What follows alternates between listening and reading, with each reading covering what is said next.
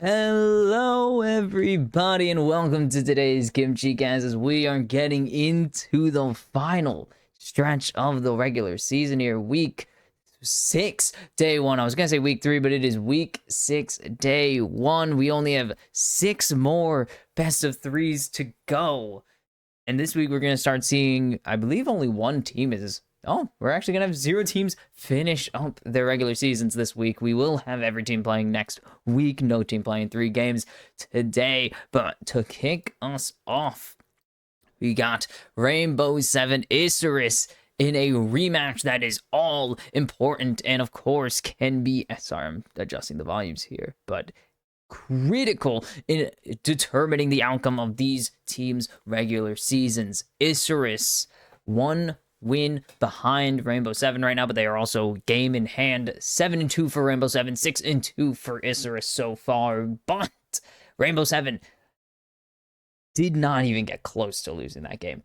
Isurus is 2 Estral and Rainbow 7 so far. Both 2-0s, both not even close. It has not been a good look for Isurus so far. And Rainbow 7, again, only losses at the hands of the Bird team, the best in the region right now. And they have crushed every other team beneath their heel right now. It is not a very... They have looked incredibly impressive and almost defeated Estral as well. Almost handed them their only loss, what would have been their only loss of the season, but fell in game 3.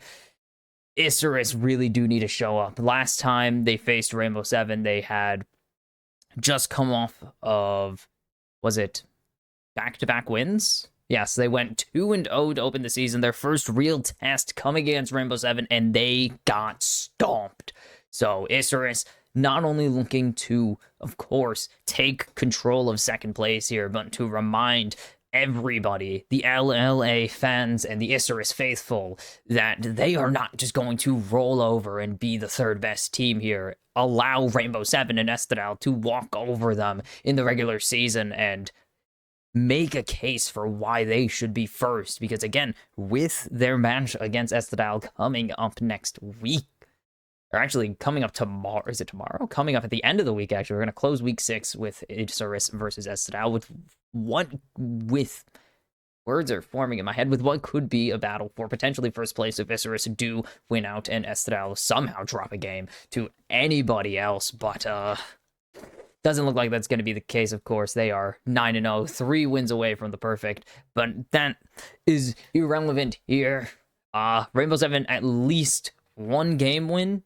Doesn't matter if you win or lose, tiebreaker in hand in the case you end up tied at the end of the season as we are jumping into the draft. But Isurus have a lot to prove here because they have only looked good against teams below them in the pardon, my goodness, jeez. Good against teams below them in the standings, and you could see that Draven banned away, actually. Usually it'd be Isurus who would be chomping at the bit to take that Draven for themselves. Gavoto and Demi both picking up, I believe it's a combined 3 wins so far with... Sorry, I'm low in the frame and I need to pay attention to what I'm doing. But it's, I believe, 3 combined wins for those two right now. I want to say it's 3, but they've also banned away the Callista and the Tristana, so there's going to be no Kaze Trist, which has been working very well for them. It will actually be an Ashe insta-lock, so this should be a Varus taken by Rainbow 7, unless they really want to hand it over, but Sayo more than happy to take the Varus, of course. Are you kidding? Sayo is fully aware of how good that champion is, and it's going to be lava onto the Talia. We've seen this Talia so many times, and it's so good every time. It's actually going to be an insta-lock on the Jarvan here. Wow. 1-4, of course, in the region. Jarvan not a very popular pick right now in the LLA. Worldwide, 24-30. It's not that much better anywhere else, but it's going to be the Orianna 3-10 in the LA. That is a far cry, I believe, from Orianna's actual win rate. No, it's about similar. Never mind, I lied. But 3-10, my goodness. Kaze is going to be taking piloting one of the champs that are not working out too hot, but he hasn't played it yet. This will be... What is this? Actually, his unique champ. This will be his 11th unique champion of the split. don't know who has the most here. Shadow his teammates. As it's going to be Viego locked in for Odie. We've seen this thing so many times now. Actually, not from Odie. We've seen a lot from many other junglers. I don't believe Odie's actually taken that much. We did see it from Daiki in that too. That was a fun series. No, we haven't seen Odie on Viego this season. Wow, really? Okay. Somehow Odie on his first Viego. It's not normal. Braum taken away, a great pairing with the Ashe, and Nautilus taken away, a great pairing with the Varus. And there's Milio taken away. So this is, again, Ashe pretty much forced to be ADC unless they want to draft Lethality Misfortune here, which maybe they're leaning towards, but Renata's available, so I don't see that happen. Like, you have Renata, I don't think people are going to pick Lulu too much this season, but it's an option. Has Gavato played the Ashe? I don't think he's been on the Ashe side of the matchup. No, 2 games of Ashe, 2-0 for Mr. Gavato here, so has some history here. And we're just going to get a lot of hovers. A Shen hover would be wild right now. Meanwhile, 2-1 on the Varus for Seo, so both of these bot laners in a pretty good spot with their ADC picks. They know how to maneuver them very well, and this is going to be Lions onto the Rel, saving that top counter pick. 11 and 13, that is a mix between 2 completely different roles, though, you have to remember. That is 24 games of Rel jungle and support. And if we're going to be really honest, it's, I believe, winning way more in support than it is in jungle, but I could be wrong. As it's going to be the Cassante blind, nothing too interesting, probably just going to be an Aatrox response on the other end. Who possibly cares?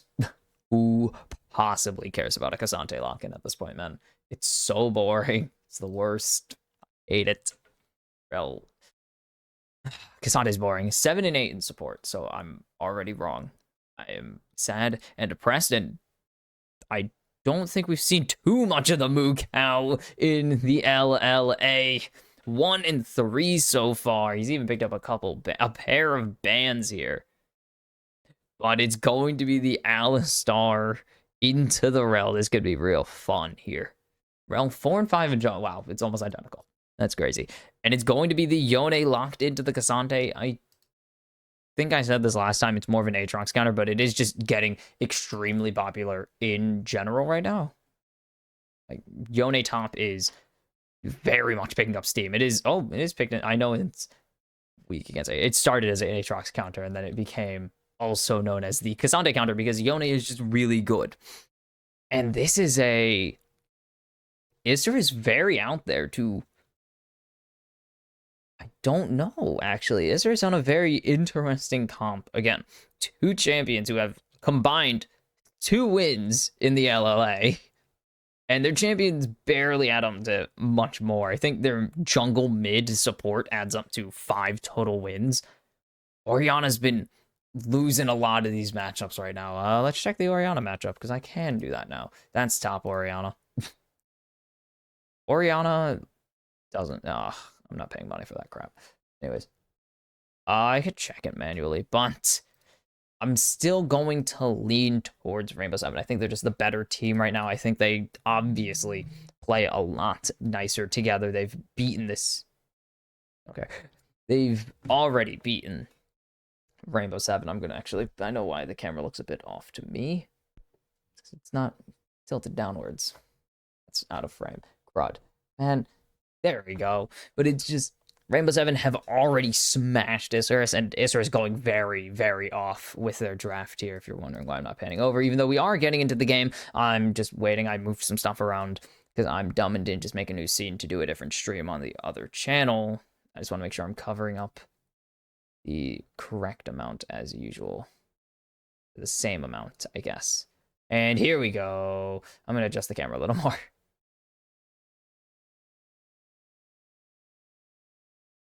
There we go. That actually got worse. Never mind.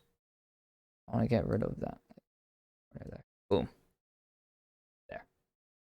It's barely changed as far as anyone else can tell. But I can tell. And you can see Comet, actually. We've seen a bit of... I mean, we've seen quite a bit. Electrocute, Airy.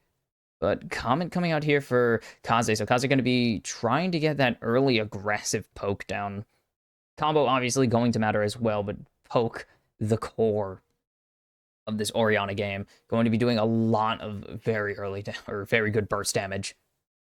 As Pawn is just gating off Summit, but Summit doesn't really have a reason to give a damn. But if Onfleek just clears this, Pawn is going to take a very negative trade, honestly. And now they know exact. So Onfleek doesn't get a leash, but it doesn't really matter your Jarvan. You can really clear that pretty quickly without any real worries. But most importantly, Pawn is going to lose a ton of health on that early invade. And now Summon's going to be able to just do this. He's way stronger than level 1 Cassante because he has lethal tempo and he has the Qs. His Q3 is better than your Q3. Also, he has damage. That's the thing. He has actual damage, unlike Cassante, who just doesn't do any damage. And it's the footwork actually coming out. So Pawn just going to suck up the tank treatment, as there is the Q, the Shattering Strike coming through from Lions, and that is Shadow losing so much of his health already. Jeez. So good start here for Rainbow 7. They're really happy about the results they've gotten already early in this laning phase. A huge push up in this top lane, plus an early aggressive trade puts Pawn in a terrible position, and they're getting this push in the bot lane at the moment. So just wins all around in favor of R7. Ugh. And the junglers meet in the bot jungle here, but nothing will come of it. Lava has the push, but Onfleek had already cleared out pretty much all of his bot camps by the time OD had gotten there. But there's the crash down coming through the Q, going to come in from Shadow, but the headbutt going to be only able to kick Lions away, but it's so close. The arrow plus blight for Sayo is so close to picking up that kill onto Shadow, but he's just tanky. It just has enough health to survive it for now. And this is going to be on hit VAR. Pawn, why'd you auto that? Sorry, Pawn dropping a minion for no real reason besides I don't know, actually. As Lava has run himself out of mana, he is definitely looking for a reset here. And Odie should be, or Kaze should be able to just take full advantage of this and pawn and just get a good aggressive trade, because there's nothing Lava can do right now really besides summon Odie, and that's not going to happen. Onfleek's actually looking for an invade here. Get some Raptors back. And Odie and him are meeting. Kaze has the push, and that's actually going to be a really nice flag and drag there to get Odie down to extremely low health. He's going to be able to heal up. And the threat of Lions being here, the Shattering Strike comes down. There's the crash down. The Spectral Maw being charged up, and it's going to just be used on the Raptors. And there's the re-engage from Onfleek with the flag and drag. Odie is going low, but now down to half health. Lions is also low. Fleek going to have to flash away. Kaze doesn't have any damage. Odie, if he has the damage, there's the flash. Q auto coming through, but now getting chased. Oh my goodness, that is... What a QW right there from Odie. Doesn't get to play a lot of Orianna, but he's showing his chops, his versatility here, as he picks up the early double kill to put himself massively ahead on this Viego. And Onfleek gets a really nice cancel there on the Spectral Maw. I think Odie was actually trying to read where the flag was going to land or where he was going to end up and just didn't throw it far enough. But then Kaze can't rotate because he's getting chunked out by Lava. He's actually under the threat of being killed immediately. Lava with a great seismic shove to force the disengage from Kaze there, or to delay the engage at least. And then great combo here on Fleek, flashing away, but Kaze just not respecting the ability of Odie to just chunk him out with his auto Q. And then a great W. Actually, didn't even need the Q. My goodness, just one W is enough to kill a low health Jarvan somehow. I did not expect that, but it is. Odie picking up a good handful of money. That's a free 700 gold right there for Odie. For just doing his Raptors. And now Odie's coming bot lane. Lions trying to get aggressive. The Shattering Strike going to land. There's the crash down onto Shadow. Gavato spawns out Odie, but the flash from Shadow still going to have to come through. But Odie getting smacked down with the flurry, but it's not really going to do much of anything. And Lions even tanks up the Ignite. Shadow is just losing out on everything here. Now Summit has level advantage in top lane still, or a full level advantage. and Rainbow 7 are now just ahead. What looked like such a good play in that top jungle. On Rainbow 7's Raptors, it looked like it was going to go so well, but it all falls apart because Kaze just doesn't respect the ability of Odie's, doesn't respect Odie's engage and Odie's damage.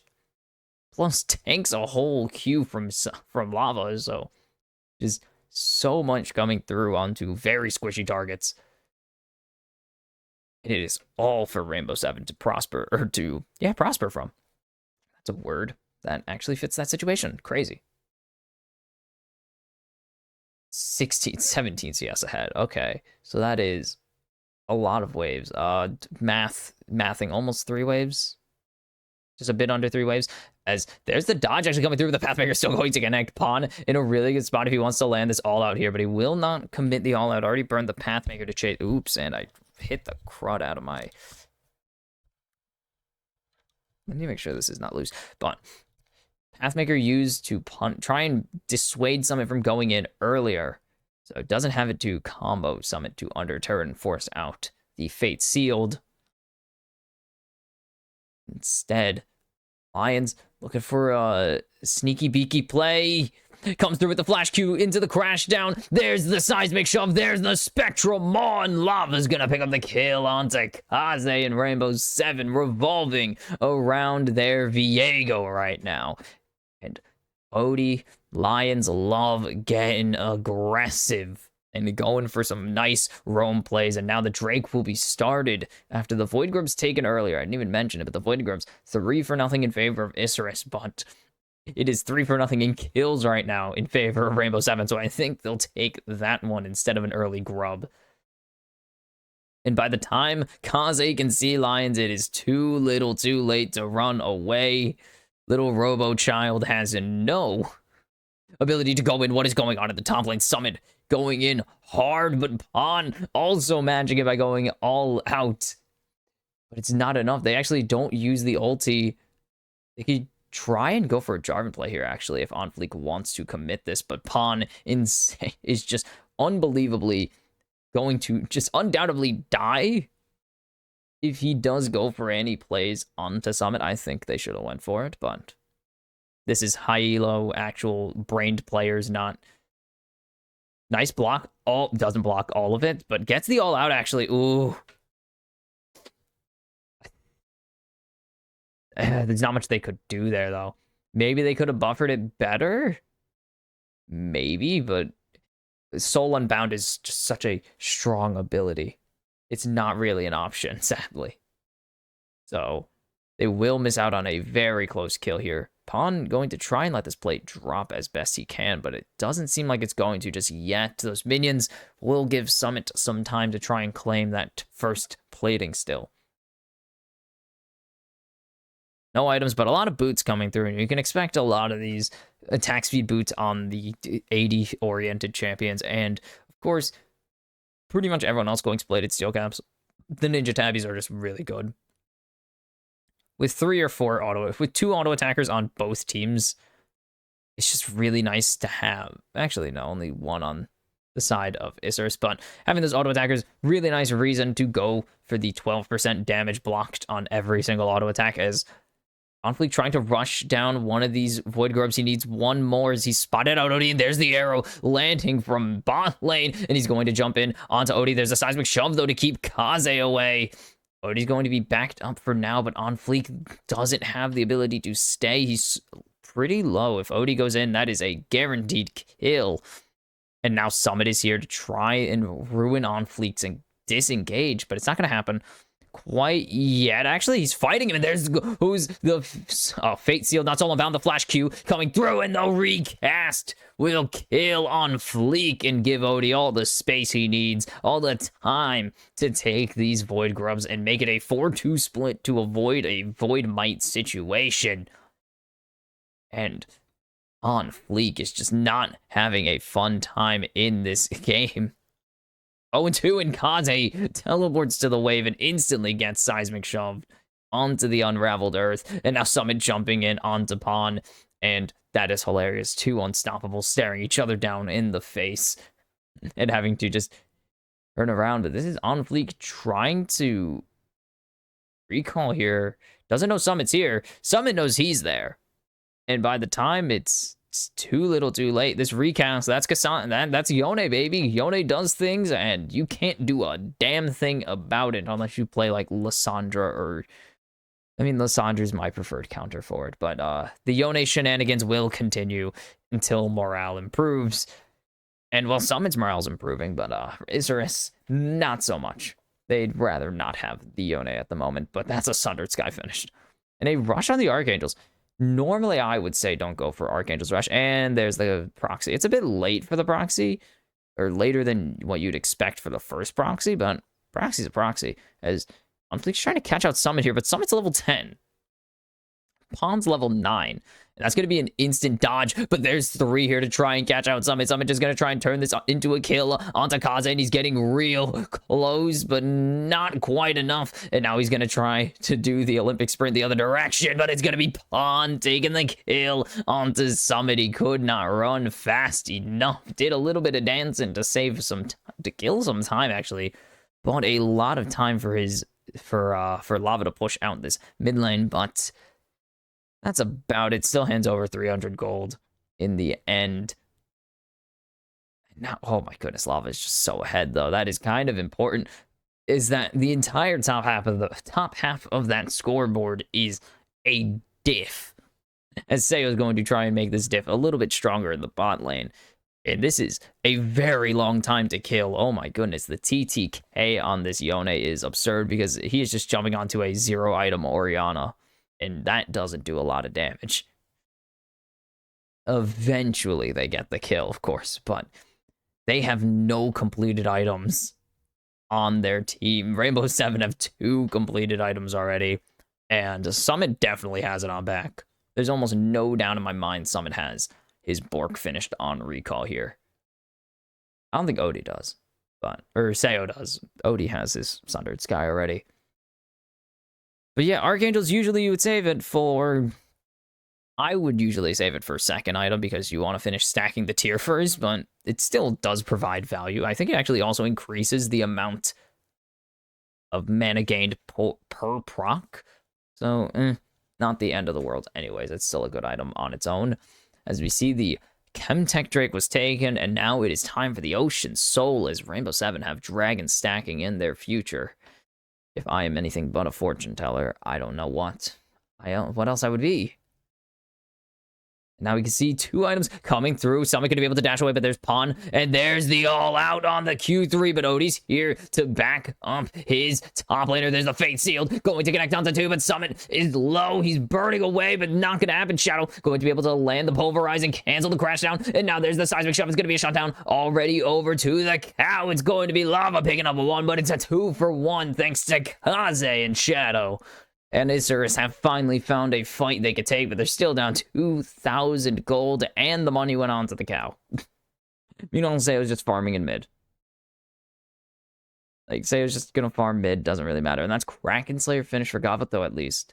But it would have been really nice to get one of those kills onto your Ashe. Pawn going to dash away. I think Lava could have threw that down a little earlier, but it doesn't really matter. He just wants this tower. The arrow not going to connect, so Pawn not going to be able to go forwards here with Kaze rotating up. Lava now knows something is going down here that he probably should be a little worried about. As Isurus going to start up this Rift Herald.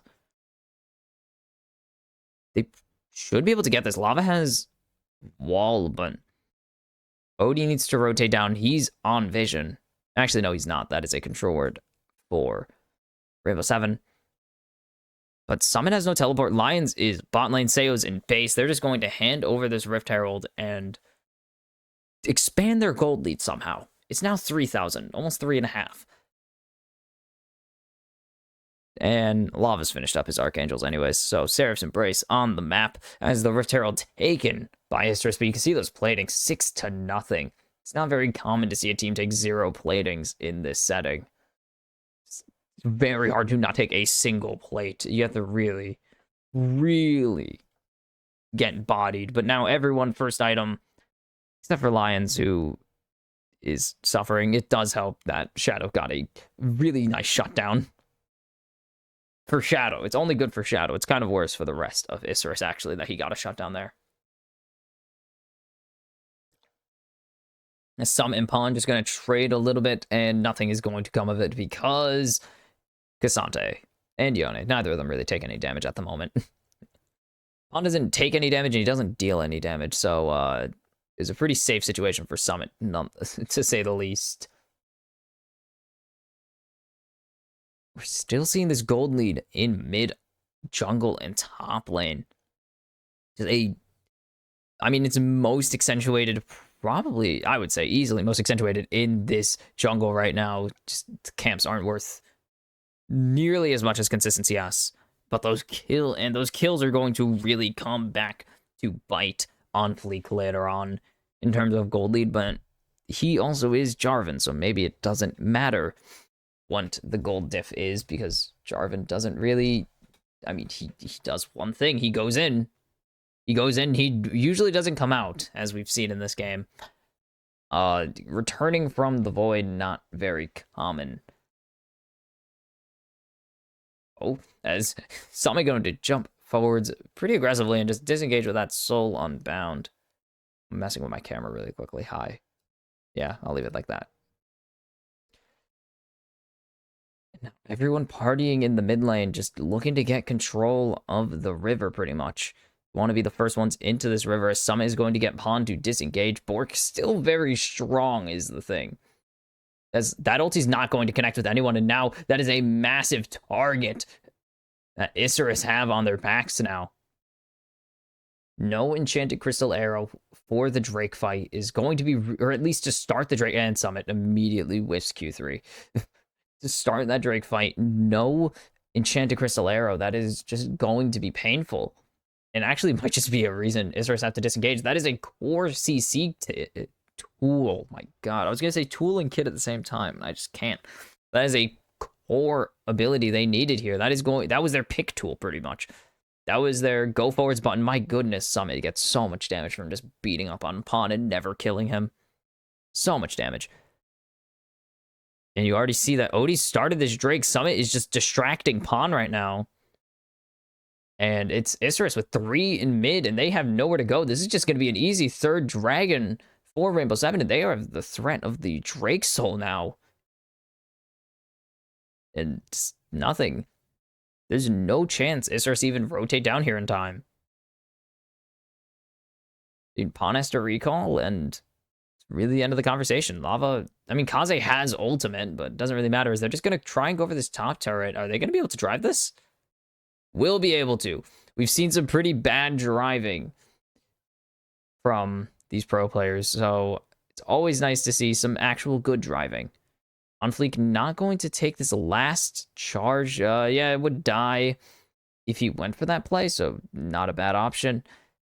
Almost takes that entire way, but leaves it for Kaze in the end. The arrow not going to connect with Seo, which was the target, as Summit in a bad spot, but going to be able to Q3 over the wall to safety. They get nothing again. These arrows, he hit one. I mean, yes, Gavato hit a very good arrow onto Odie that almost got the Void Grubs, but able to trade it back, so it didn't really work out in the end. But even though it hasn't worked out quite yet, they're going to need one. They don't have much of an option. That is, again, core engage ability. You hit that, that is your target.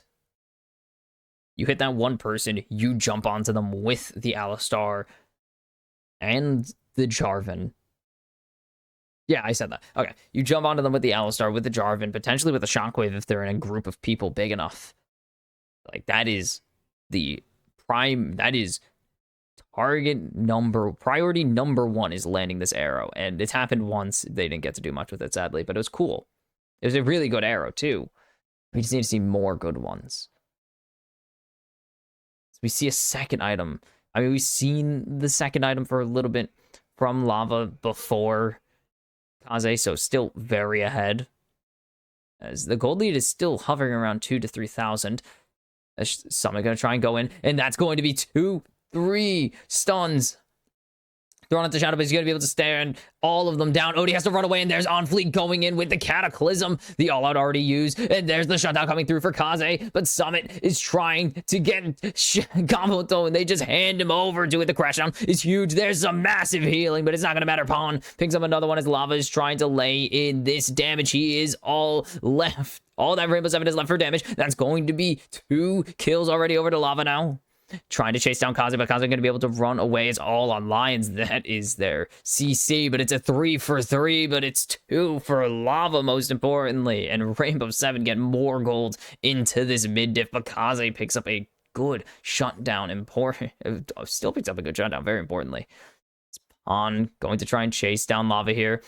Gonna go unstoppable, but gonna get stunned up. Lions is here to back up his mid laner. That's a funky Q3 looking thing in there. Oh my goodness, the damage Lava can put out is unbelievable. He just deletes Pawn right there, and he is unstoppable now. 4 for 3 in the end. Took a little bit, but they eventually got there. They all come in onto Shadow, which is kind of the stupid play. You don't want to jump in onto the tank, because then Odie gets all outed and Cataclysm, and Summit is just stuck tanking it, and there goes Sayo just soloed. There's no one covering him, and that's Shadow killing his ADC, by the way. But there's a Lava picking up 1, and then Lava gonna make it 2. Just about here. Lions kiting very well. Eating the damage, or eating the focus of Kaze, actually, is really important. Just making sure that Kaze is focusing on not hitting this Talia is really crucial. And the Weaver's Wall, just to make sure no one's covering this turret. It will be the tier 1 in mid falling, and that is all the tier 1s down for Isurus now. And only 4,000 gold ahead. We barely saw the gold lead. Well, yeah, you handed over 3 kills, so it makes sense. But 5-0-3 on the Talia. Big, scary Talia thing. And the arrow going to connect, but there's not any follow-up that's possible there. And Summit probably picks up a double kill because Summit has a very silly item called Iceborne Gauntlet. It's really good right now. And that's the Frozen Art. That one's also really good right now, okay? 18,000, 16,000 for Summit and Lava, respectively. They are just... I mean, they're the carries. This is another game of Sayo doesn't really get to play the game because they're going to dodge the soul, the Fate Sealed. You're going to be able to dodge the Seismic Shove, and just, that's going to be a Soul Unbound away. Or Soul Rebound? And Odie spotted out, wanted to get a stun here, but Shadow going to be able to Hex Flash forward. Lion's going to also Hex Flash forwards. And nothing's going to come through Summit. Going to look for a play here, actually. He's just going to get headbutted away. He doesn't have any real damage, but he's still going to be able to get Shadow to just about 1,000 health. The Pawn's still pretty healthy right now, but they just want control of the river because it is 7,900 damage. Oh my god, Lava. Sorry, they just showed the fight numbers now. That's crazy. And trying to just keep On Fleek off of this dragon. This is the soul. If they don't let Jarvan get it, it is all done for, and it's Elder Drake time soon in 5 minutes.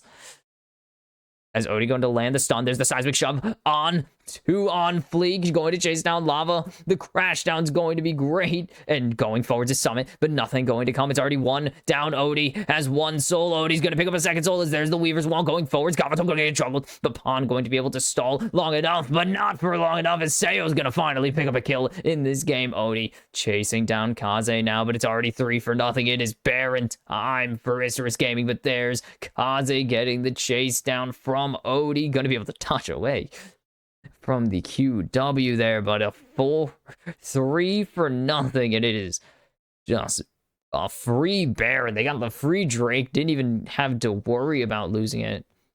And now it is, that is a dead Kaze as well. That is a very dead Orianna. The crash down into the Q3, and eventually Summit uses his attack speed mixed with the Q to just ruin Kaze's day. 4-0 with the Baron, and now 7,000 gold ahead is Rainbow 7, soul in hand. On Fleek didn't even go over the wall, knew what happened.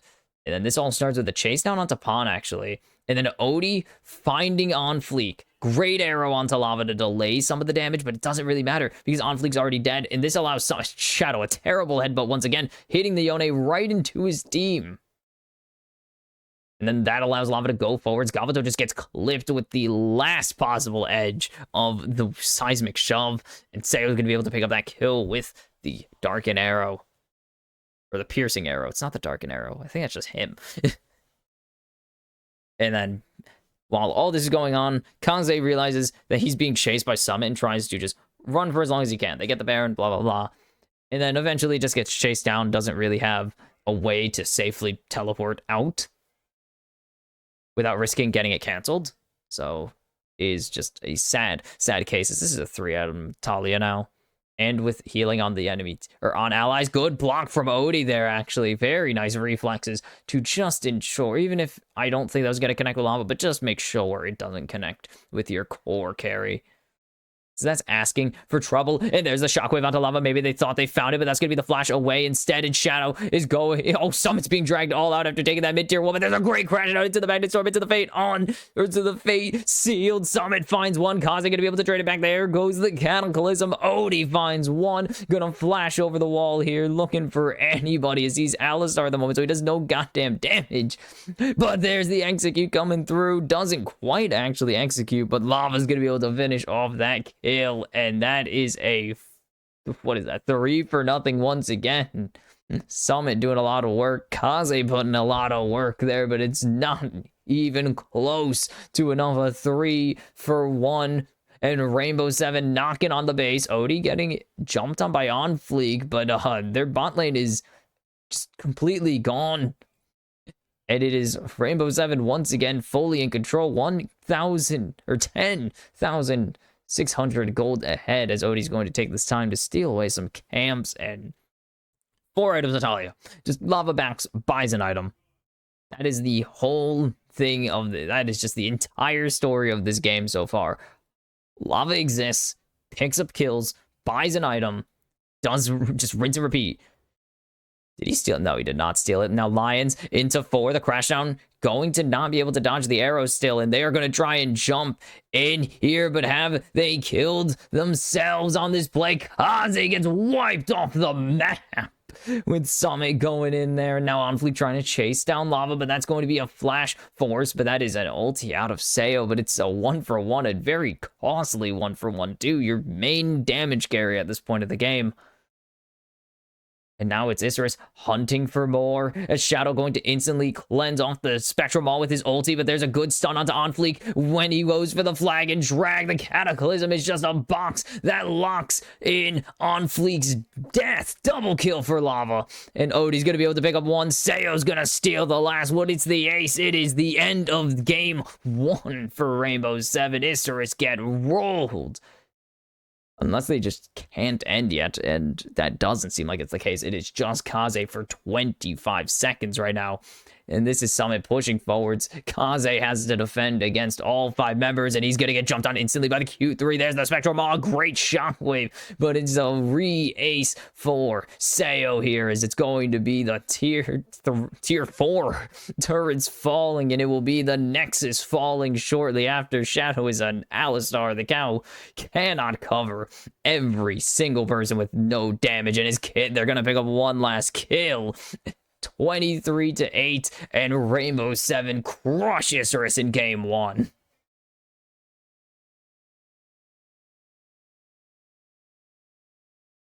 And it continues 3-0 against the Sharks this season, and they will have tiebreaker in hand now. Entering the final week, I am off center by a lot, and I'm sorry about that. But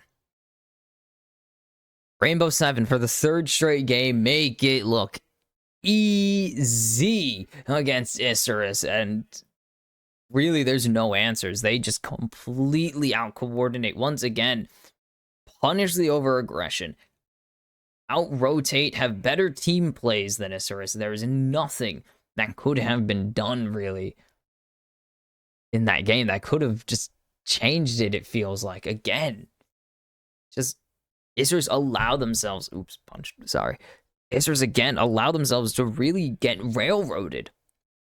It feels like Isurus just continue against these higher tiers, against these top 2 teams of Rainbow 7 Estadal. They really allow themselves to get railroaded into losing situations. as, again, 0-5. They're the only two teams they haven't taken any games off of. 0-5 against them combined.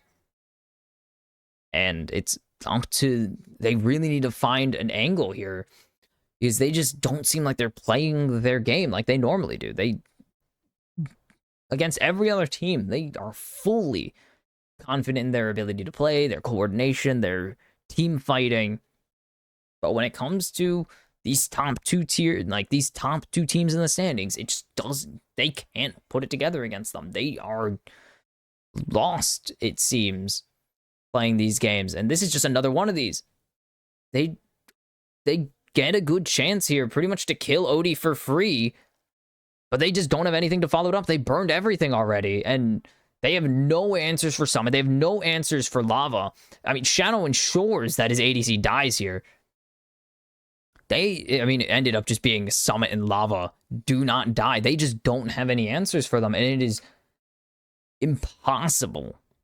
You can't really out-team fight them at this point because of how ahead they are. They had no contingency plans, it seems, to answer what happens if Lava gets ahead, which is a very common thing if you didn't know. Like, Lava very frequently ends up ahead after laning phase. Like, Summit has been winning most of his lanes this season. There is just not really much to say, because Isurus didn't seem like they really planned to have a strong Talia, or to have Yone win the counter matchup that he always wins. He's 54% win rate, now increasing. 54% win rate against Cassante for a reason. It's because he's really strong into him. He punishes tanks very well. I mean, this was a good pick onto Lions, but they just guided themselves to their deaths. They picked off without really checking to see if they can get away with picking someone off. Just, there was no... I get that it was a desperation play, but this was just not a good play in general. Like, obviously, it didn't work out for them. Obviously, it's not a good play. Just didn't feel like the Alistar did much of anything either. I mean, that was a good block there, but half of the time it felt like Alistar was killing his teammates, and this is On Fleet killing his teammates. Gavato has so little damage compared to anybody now. He's not able to... He was hitting Lava there, and Lava wasn't taking damage. Lava 33,000 damage there. That is really good. The ADCs, again, just don't really get involved in the game. We've had plenty of games where Seo carried. This is like the second time in 2 weeks, though, that Seo just didn't have to even try to play the game. It's happened twice or 3 times this season now where Seo just gets a free ride to victory. Lions, huge on the map. Shadow didn't really roam at all, and I guess that is kind of the issue, is that Rainbow Seven are very good at pack hunting, and Isurus just didn't have any answers for them at all pack hunting, because that is what they do. That's what they've been doing. We saw it early.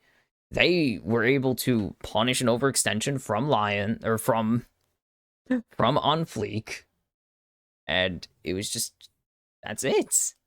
They tried to punish some early aggression, thinking they can get the Raptors. They almost pick it up, and then just him and Kaze misplay it and give up 2 kills to Odie, and that's kind of the start of the end already. And then it just allows...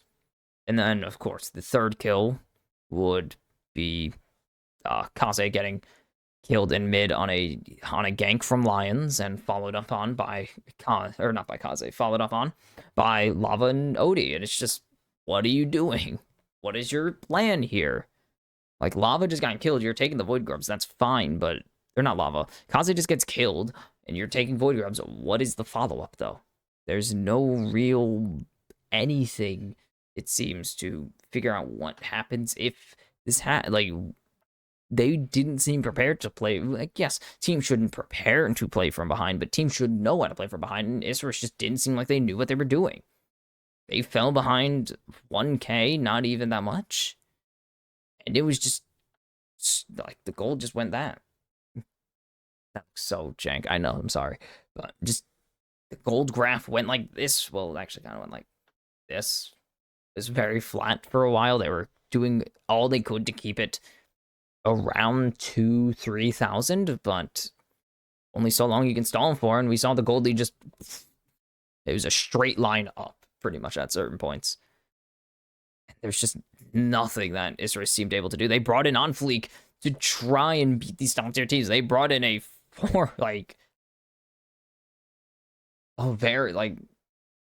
this guy is really good. He just finished 3rd place in the league with 6 karma. And nothing. They had nothing for him.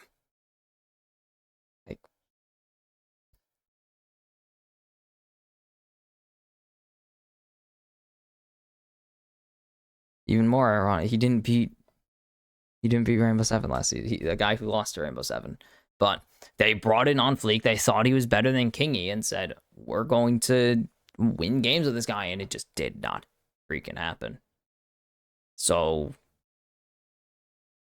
I mean,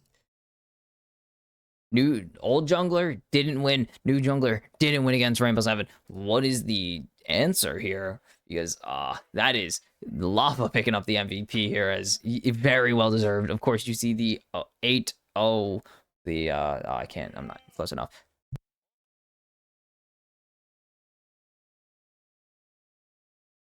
Sorry there. As you saw the 8-0 and 11, of course, but just the game, I mean, most damage in the game, I believe most kills in the game went through Lava. They waited to see if Lava could. I mean, Lava even was a key part of course, that early fight. Stalled Kaze engaging and then laid in the extra damage to ensure that Odie could pick up that kill to Kaze, get that first blood. Oops. Well, it was just Lava was the facilitator of the game, and that is absolutely crucial. Like, without Lava, they don't win that game, I think. And by without Lava, I don't mean they're playing, like, 4v5, obviously. I mean, they're playing an LLA average mid laner. I don't think they win that game as easily, or maybe at all. Maybe Isers win that game, but Lava, the facilitator, was the key factor of making that game go the way it did. Very well-deserved MVP, and it's going to be on Isers to try and shut down Lava early and Odie early and get a decent top lane matchup so that they don't just lose immediately. So, all that, gonna throw it to a short break as 1-0 lead for Rainbow Seven, and they're on the verge of pretty much guaranteeing themselves 2nd place in the league, save for some disaster. So I will see you for game number 2.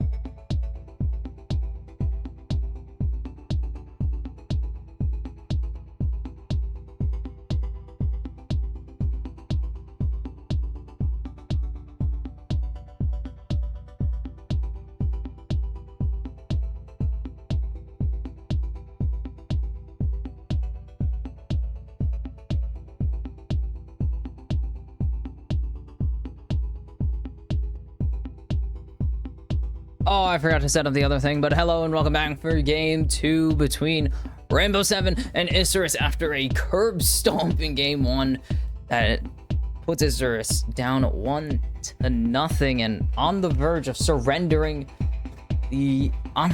just surrendering and resigning themselves to 3rd place in the region for the knockouts, or for the playoffs, which is a huge deal because top 2 get side selection. Of course, you want to be first. First place also gets. It's so annoying when I got to do this and it does that. But of course, first place, the option of who they are facing in the upper bracket semifinals. But Rainbow 7 don't really seem like they're in the position to do that with the match they've been given. They tried their hardest to get it, but it does not seem like it's going to be happening, as that's an instant steal away, actually, for the Talia. Okay. I like that. Like that. Starting with the Talia yoinked away and banning away the Ashe this time, but there's still going to be Sayo on this Varus. Sayo 3-1 on the Varus. I believe that's the second game he's barely interacted with the opponents playing Varus because it's just been the situation he's in. The situation he's played plenty of chances. The Varus just 1-0-1 the last game, and then or the game before this, and then eventually actually got to 4-1-6. Had a very low activity early game, as that is the Rel locked in again. But this is a flex pick now, and that's going to be Gavato on the Senna. So what are they looking for? And I'm only going to talk about this, however, because it is Nefiri. Nefiri, one of, I believe, 2 champions to not get played in the LCK so far.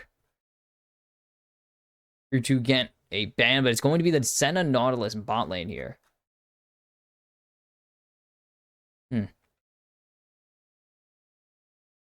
I'm going to go look at LCK stats really quick because I need to see what I'm talking about. So what are the... And that's going to be... Ooh, Twisted Fate hovered and secured. Yeah, it's already been secured. I'm an idiot. Shush.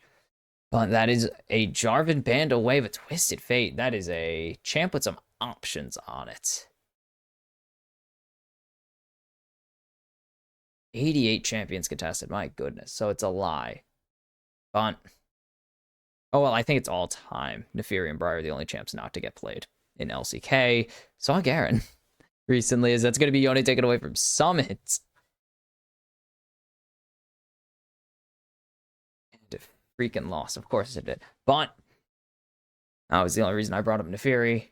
It's interesting, but that's going to be the Cassante locked in now. Or banned away. I'm blind and dumb. That is Cassante banned away from Isra. So what is Pawn going to go for here? Doesn't have top lane counterpick. Might have to blind the Aatrox, actually, into either blind the Aatrox or blind the Gnar, and that's Jace taken away from Summit. So definitely looking better for that. Probably an Aatrox, honestly. Knowing Pawn, it's going to be the Aatrox. Can play both Gnar and Aatrox. This is Sayo getting the greatest champ in the top lane. Oh. The best champ in the top lane was hovered. What the heck? Unironically, Teemo got really strong in solo queue because of the item changes, but it's going to be Lions back on this Rel. It is Odie on the Sejuani, unless some crazy Sejuani top strategy comes in pro play, which usually isn't the case. It was, I don't know how it is currently, but it was an okay pick. I've picked it before in the top lane in solo queue, but don't think it's that strong in top lane. That was the first.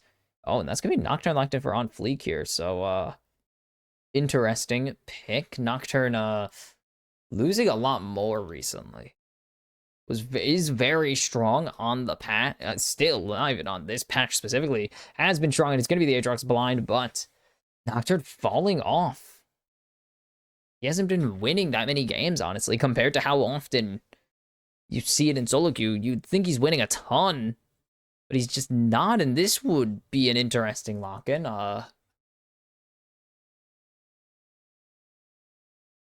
Would be interesting, to say the least, but it will be the Jax locked in instead, and I do want to mention this because it would be really cool. The only 2 champions not picked in Pro League of Legends, the top tier and the, world...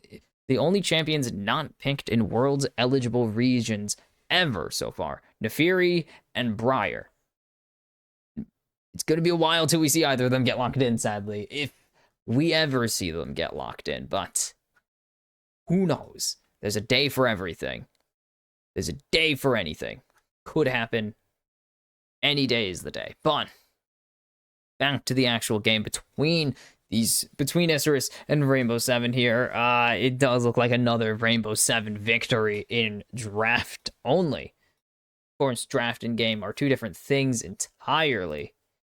But it's looking quite like it will be a Rainbow Seven win. I'm not a huge fan of the Nocturne still in pro play. I think it's a bit iffy. It's been falling off. A lot of teams are expecting it now and are playing around it a lot better. It just makes it a worse pick overall. Obviously, that is how that works. As teams learn something, it's going to lose effectiveness. It's the same reason why cheese strats only work once or twice before teams are like, okay, you're not playing it anymore, and you're going to start losing every single time you play it instead.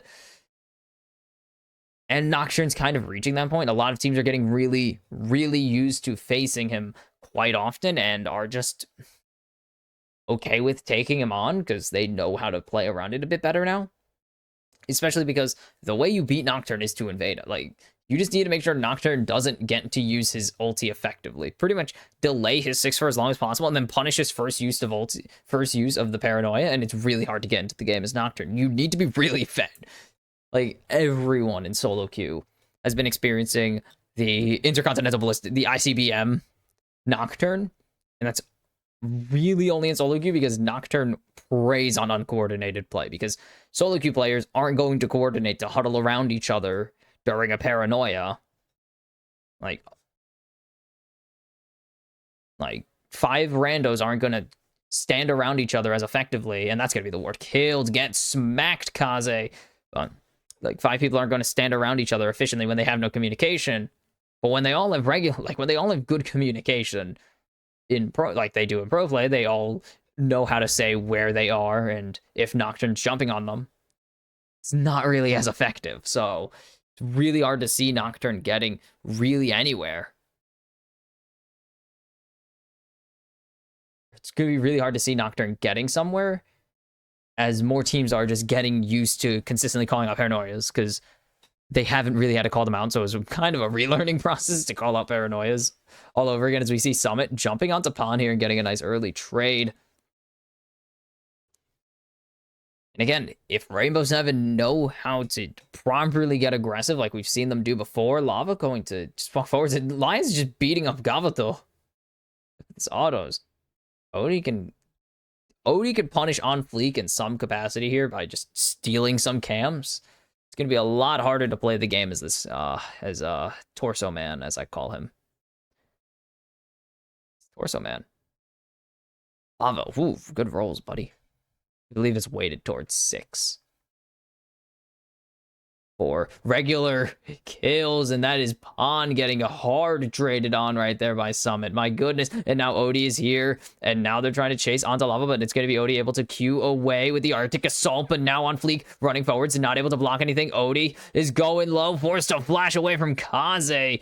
And Isurus getting aggressive with a pre-level 6 Nocturne, but that's a huge trade from Lava, dodging the seismic shove there. And now On Fleek has to help clear out this wave because it is such a dangerous situation for the mid laner right now, but this is an angle. Flashing, forcing the flashes out, but now Odie here, and Kaze is in a very tough spot. No flash available, and he's gonna give first blood over to his top laner, Jax. I mean, give him a real weapon, and he's a little bit stronger, but that's 400 gold in the pocket of Summit. And once again, Rainbow Seven punishing the aggression of Isurus early, but that's Odie now stuck in a really bad position as On Fleek going to be able to chase him. The Arctic Assault is going to at least get the flash up, but On Fleek trades the kill back in the bot river. 1-1 right now in kills. And it's going to be invading too, so On Fleek actually winning out in the end. The over-aggression now being punished by Isurus. And Lions going to tank the hook for his ADC here. Shadow really low on health and is forced to flash away from the crash down. But now Gavato going to try and trade this back. But that's the stun coming through. But now On Fleek is here to help. Lions going to be able to dash through the Nocturne, though. It's going to be really hard to find an angle to flash. Shattering strike gets the kill secured for Sayo with a Blight arrow. And now Lava's here to back up on this very aggressive game already. The teleport coming in from upon now. Kaze's down here. No ultis available. Shadow has teleporting. God damn it, Shadow. Stop using teleport. Stop taking teleport. Jeez, man. 2 teleport games. And back-to-back days. 2 teleport games. Crazy. Summit going to continue just... Ooh, actually, a nice stun coming through. Is Summit able to trade this back? Summit might die here. Very close to dying, at least, as that is a fully stacked Conqueror Aatrox. I do believe in Summit's abilities, but this is a bit over-ambitious, and it's going to be Bon solo boloing the Jaximus the Strong. Oof. Grandmaster at Arms gets beaten by a sentient sword. Crazy.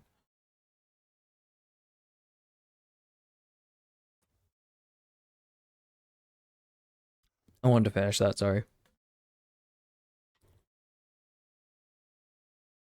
And Kaze knows Lions is here at least, so Lions not going to be able to do too much. Just going to be able to Hex Flash away to safety. Lava will get this. Ooh, will not be able to actually. Kaze able to push up with his wave again.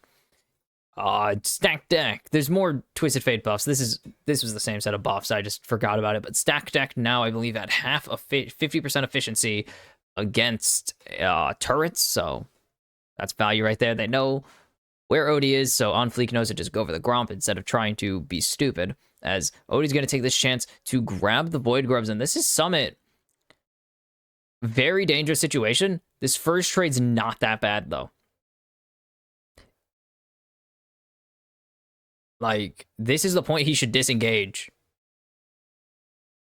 Because that is exactly when Pon stacks his Conqueror, and he gets Flash out, but not worth it.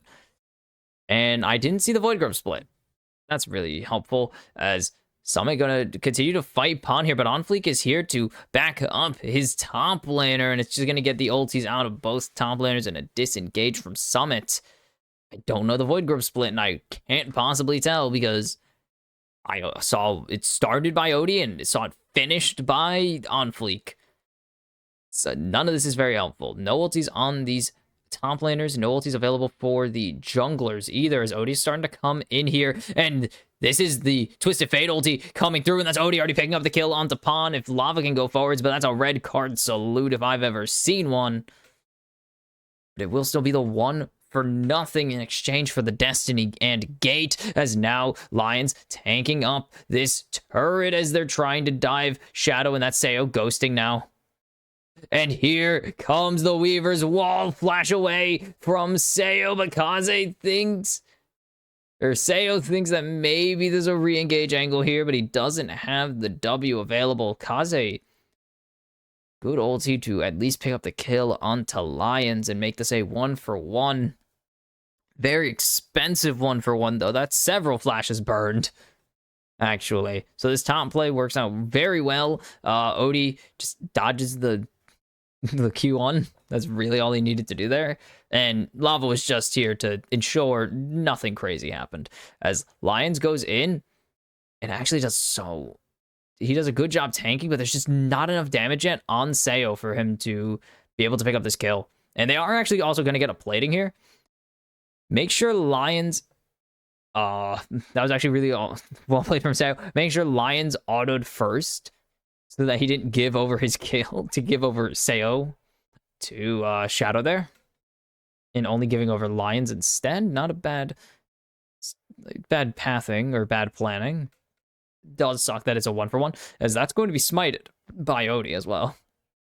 And now On Fleek, there's the double engage going in. The crash is going to land. Nocturne is very dead, and it's going to be Odie picking up his second kill of the game.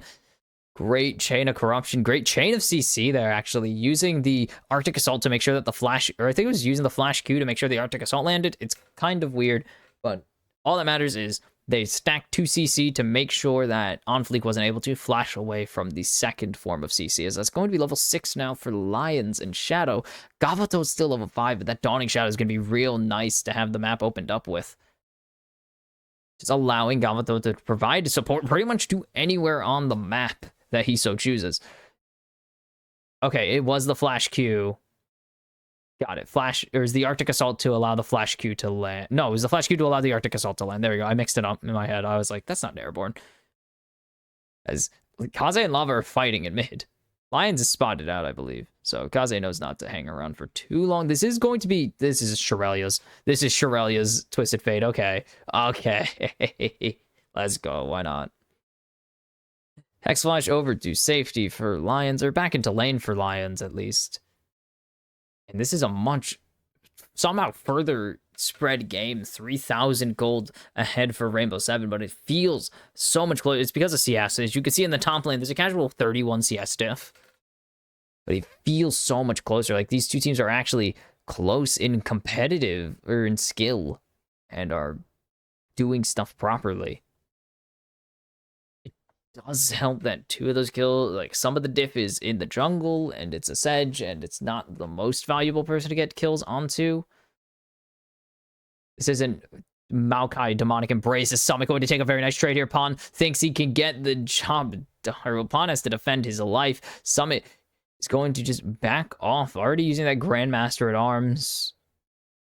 And now Kaze's getting jumped on here, actually, by Odie and Lava, but there's the Paranoia coming through, but a good stun, and there's a nice blast cone out into the river. And Rainbow 7, actually, all 4 members on top of the gold chart, and that is very concerning. Very, very concerning, to say the least. As Odie going to start up these Void Grubs, and it's going to be 1 secured. And is that going to be enough? I don't know. Because there's no way to track Void Grubs in-game, Riot. Because you can't see the Void Grub buff on anybody. For some reason that no one knows. Some random dev at Riot has coded it that way and has ruined the lives of all observers everywhere. Okay, whatever. As we could start seeing some level 11 action from Lava that just allows him to teleport. I believe it's only teleport more frequently. It doesn't even increase the range. Pretty sure it doesn't. Let's check these really quick. That looks weird.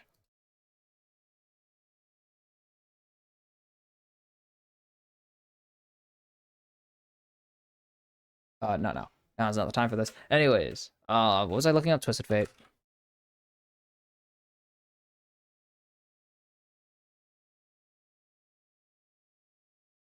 This increases the duration. Okay. Cool. Good talk.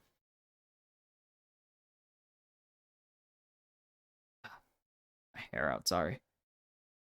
That's first items coming through for a lot of Rainbow 7. And there's the Crash Down coming through. The Shattering Strike not going to land. There's the Corrupting Chains. And the Magnet Storm going to land with the Frozen... or the Glacial Prison, and now Gavato getting stunned up. Do they have the damage to finish him off? Yes, it's Odie going on a killing spree. Lava taking up the turret at the moment, and Odie going to flash forwards to secure another stun. But here's a nice stun from Lava, actually, point blank. But Pawn has teleported in, and he is going to get the shutdown on the Twisted Fate. There's no ultis available right now on the side of Rainbow 7, but they're just going to try and lock down Pawn as best they can, and it's going to be Sayo, another kill in his pocket, 4 in a row now as he's going to jump onto Kaze. He has died. This is a very nice kill for Gavado to pick up, and he's actually, are you kidding me? He's going to be able to pick up 1 more, picking up 5 as he went unstoppable for just a second before getting shut down by Gavado. But that is a lot of gold to Gavato, but even more to Sayo as he just buys a Bork out right here. Her finishes his Bork at least 5, 1, and 3 on this Varus. Meanwhile, top turret fell at the hands of Summit. That was way less interesting than anything that was going on. Are you kidding?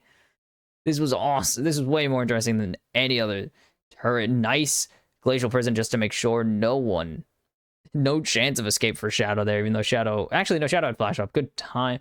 Great stun on the Gavoto. Odie takes that one, but it's okay.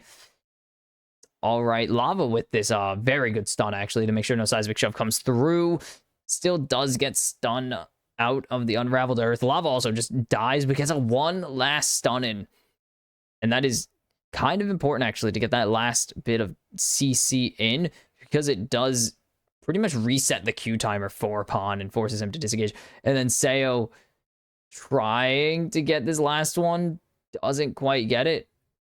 Finishes it with the E, but we're not going to be able to talk about that as there's the Paranoia coming out, but Gavato's already fallen. The jump is trying to find a kill onto Seo, but he will not. It's a double kill for Varus despite being chased down by the scary, spooky torso. And that's going to be a destiny to the bot lane, or gate to the bot lane for Lava. As Lion's going to Hex Flash forwards here. He's going to land the stun. He's going to land a huge crash down. That's going to be 2 hit with the counter, but that's a nice shove. And now it's 1 for Pawn. It's going to be 1 for Kaze, and it is a 2 for 1. And the dragon in favor of Isserus, but has Kaze found the one way to die in that situation, but Lava has no flash available, so will be able to just walk away with his life. Barely 7, 1, and 3 now for Seo, though. My goodness. I mean, that's math, yeah. That's math. I counted 5 last time, but there's the fear coming through onto Odie, and he just took 0 damage. Frozen Heart is really strong still. As I was saying, yeah, there were 5 last time when I counted, and now there's 7. That's how math works, me. And Gavato's already gone. Like, this Paranoia is just too late. He's trying to rush the Drake down, but the Paranoia is just so late. They've already burned through Gavoto. They already engaged onto Gavoto, and they were already shredding them to bits. Okay, so that was a 2 for nothing. And then this is going to make it just 2 for 2. And the Drake. So Rainbow 7 still win. This is a good idea, but it just doesn't work out. They aren't able to finish off Kaze. They don't have any damage going on to Pawn at the moment. They got Seismic shoved, so Pawn is just kind of able to ignore them. Or keep just hammering away at them and ignore even worrying about counter. So did not work out. Summit going to get hooked and just able to leap to safety there with a teammate. Not a ward. Places the ward after.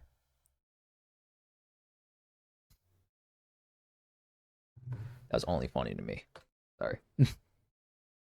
And 5,500 gold behind. Boom goes the Shakalaka. It really is just Rainbow 7 imposing their might. Isras are fighting back, but they just don't have anything.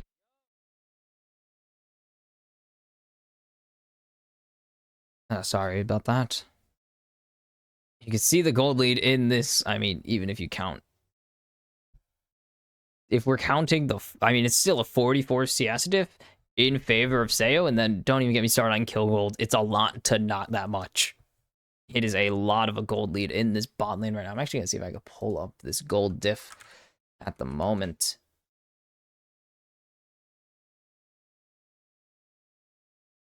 Can I pull up? Yeah, now I can. I don't know why I didn't want to work last time. It's 3,000 in favor of Seo in terms of actual bot lane, but it is also about 3,000. Wow. Almost exactly 3,000 in favor of Seo to Shadow. Okay. Interesting.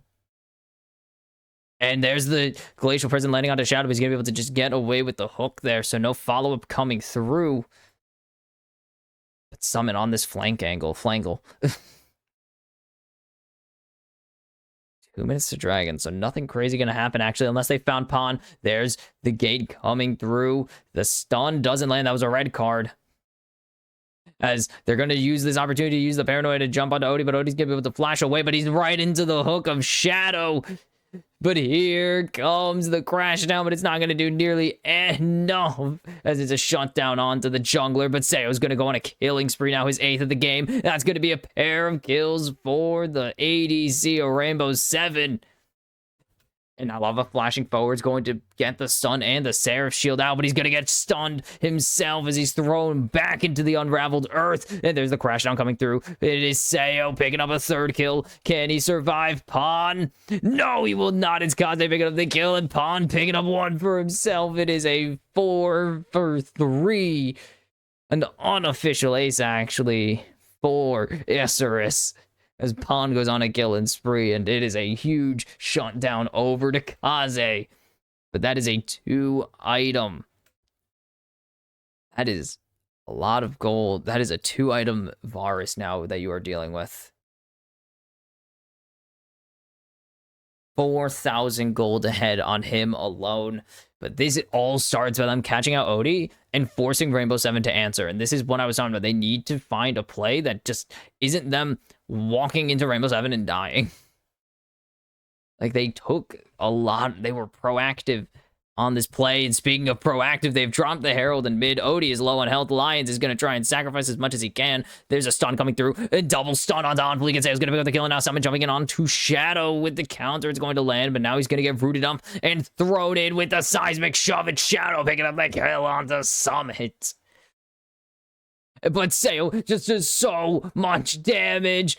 And he's gonna find another onto Kaze and walk away perfectly fine. Are you kidding me, Sayo? Odie's trying to run from the Senna. The sun going to come through, and he's actually going to be able to use the Arctic Assault to get out to safety.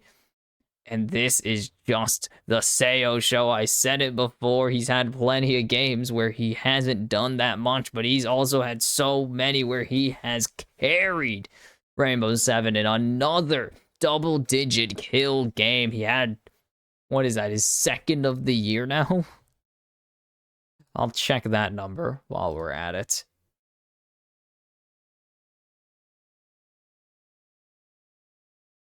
Oh, come on. I have to refresh it? Fine, I'll refresh it.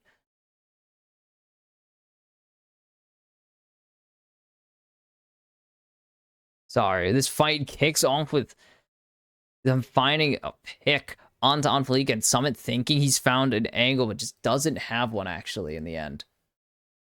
Like, at all. Does not have one. And then it's just a really expensive 1-for-1, to be honest. This is a really expensive 1-for-1. As now the ulti's coming out. There's the paranoia. Shadow is already low. The counter. He's actually going to counter himself, and he's going to die here. But Unofficial going to pick up the kill onto Lava as he dives into the backline. But it's going to be Sayo going on a killing spree as he picks up the jungler. Odie going to get the seismic shove, but there's a nice shattering strike into 2 with the crash. Now Kaze is going to fall. It's a double kill for Sayo now. And now it is time to run for the hills if you are Isurus, because that is a 14-kill Varus in your hands. Oh my goodness. That is a lot, and that is scary, if you ask me. That is a scary man in the bot lane. 14-2-4. His second double-digit kill game of the year in as many weeks since he got it. It's been one, technically back-to-back game days. He picked it up last Thursday, and it all starts with him jumping in onto Shadow. And they're gonna, I mean, Unofficial's able to trade one back at least, but it is all for naught. Does not matter, as there's Unofficial getting run into by the boar again, going to try and trade Odie back, but a nice stun, but the fear is still going to go through. But the flash from Odie might have. Nope, it's the right call here, actually. He's going to be able to just run away, and the rest of his team is here to help. Now Summit going to land the stun on Unofficial. Unofficial is going to be able to recast that paranoia, but he's going to fall. The jump in actually from Summit is a bit over ambitious, but he said in for a penny, in for a pound, a 1-for-1 again, and this is a bloody, bloody game. Just a very bloody one. Oh, baby. Here goes Pawn chasing onto Lava. The Q2 not going to land thanks to the gold card. And now Sayo they're trying to lock him down. They're going to hit him with 2 CC spells, but it's going to be Shadow who falls in the end at the hands of Lions. The snipe! Oh my god, I didn't even call it because I didn't think it was gonna happen, but it's Sayo who is unstoppable now, but Pawn is destroying in this game.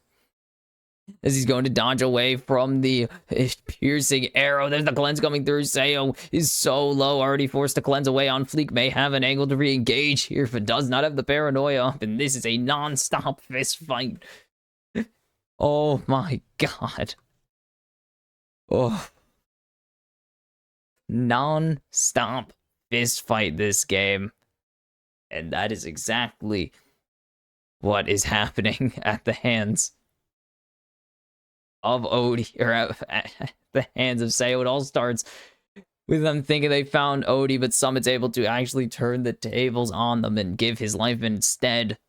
To give his life in the stead of his jungler. Holy cow. And then they find an angle here. They think they got it. They think they got Sayo, but he's actually not able to get hit by any of the rocks. And instead, it's going to be Lions picking up one more, and it is so closed. And like Sayo, snipe of a lifetime here. He's going to actually hold on to his cleanse and then flash instead. Away from the rest of the Qs. Pawn so low, but does not get it. And then cleanse out of Gavato as well. This is absolutely huge. And there's a nice ulti. Going to land on Takaze, and he will fall as Lava picks up the kill here. And now Sayo dominating as he picks up the kill on Fleek. Pawn trying to fight for his life, but he's got 3 members on him. Lava gets his second kill instead. And now Rainbow 7 are just continuing to crush Isurus under their heel.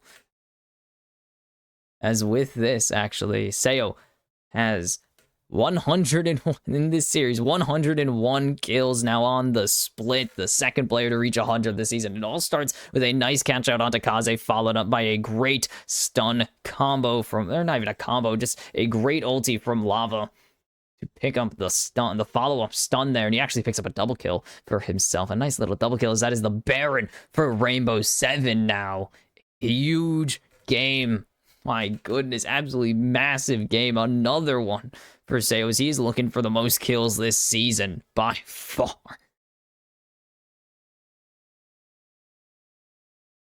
Holy, he sits at 101. Snaker has 110. If he picks up 25 this game, he will tie Snaker for the kill lead on the split.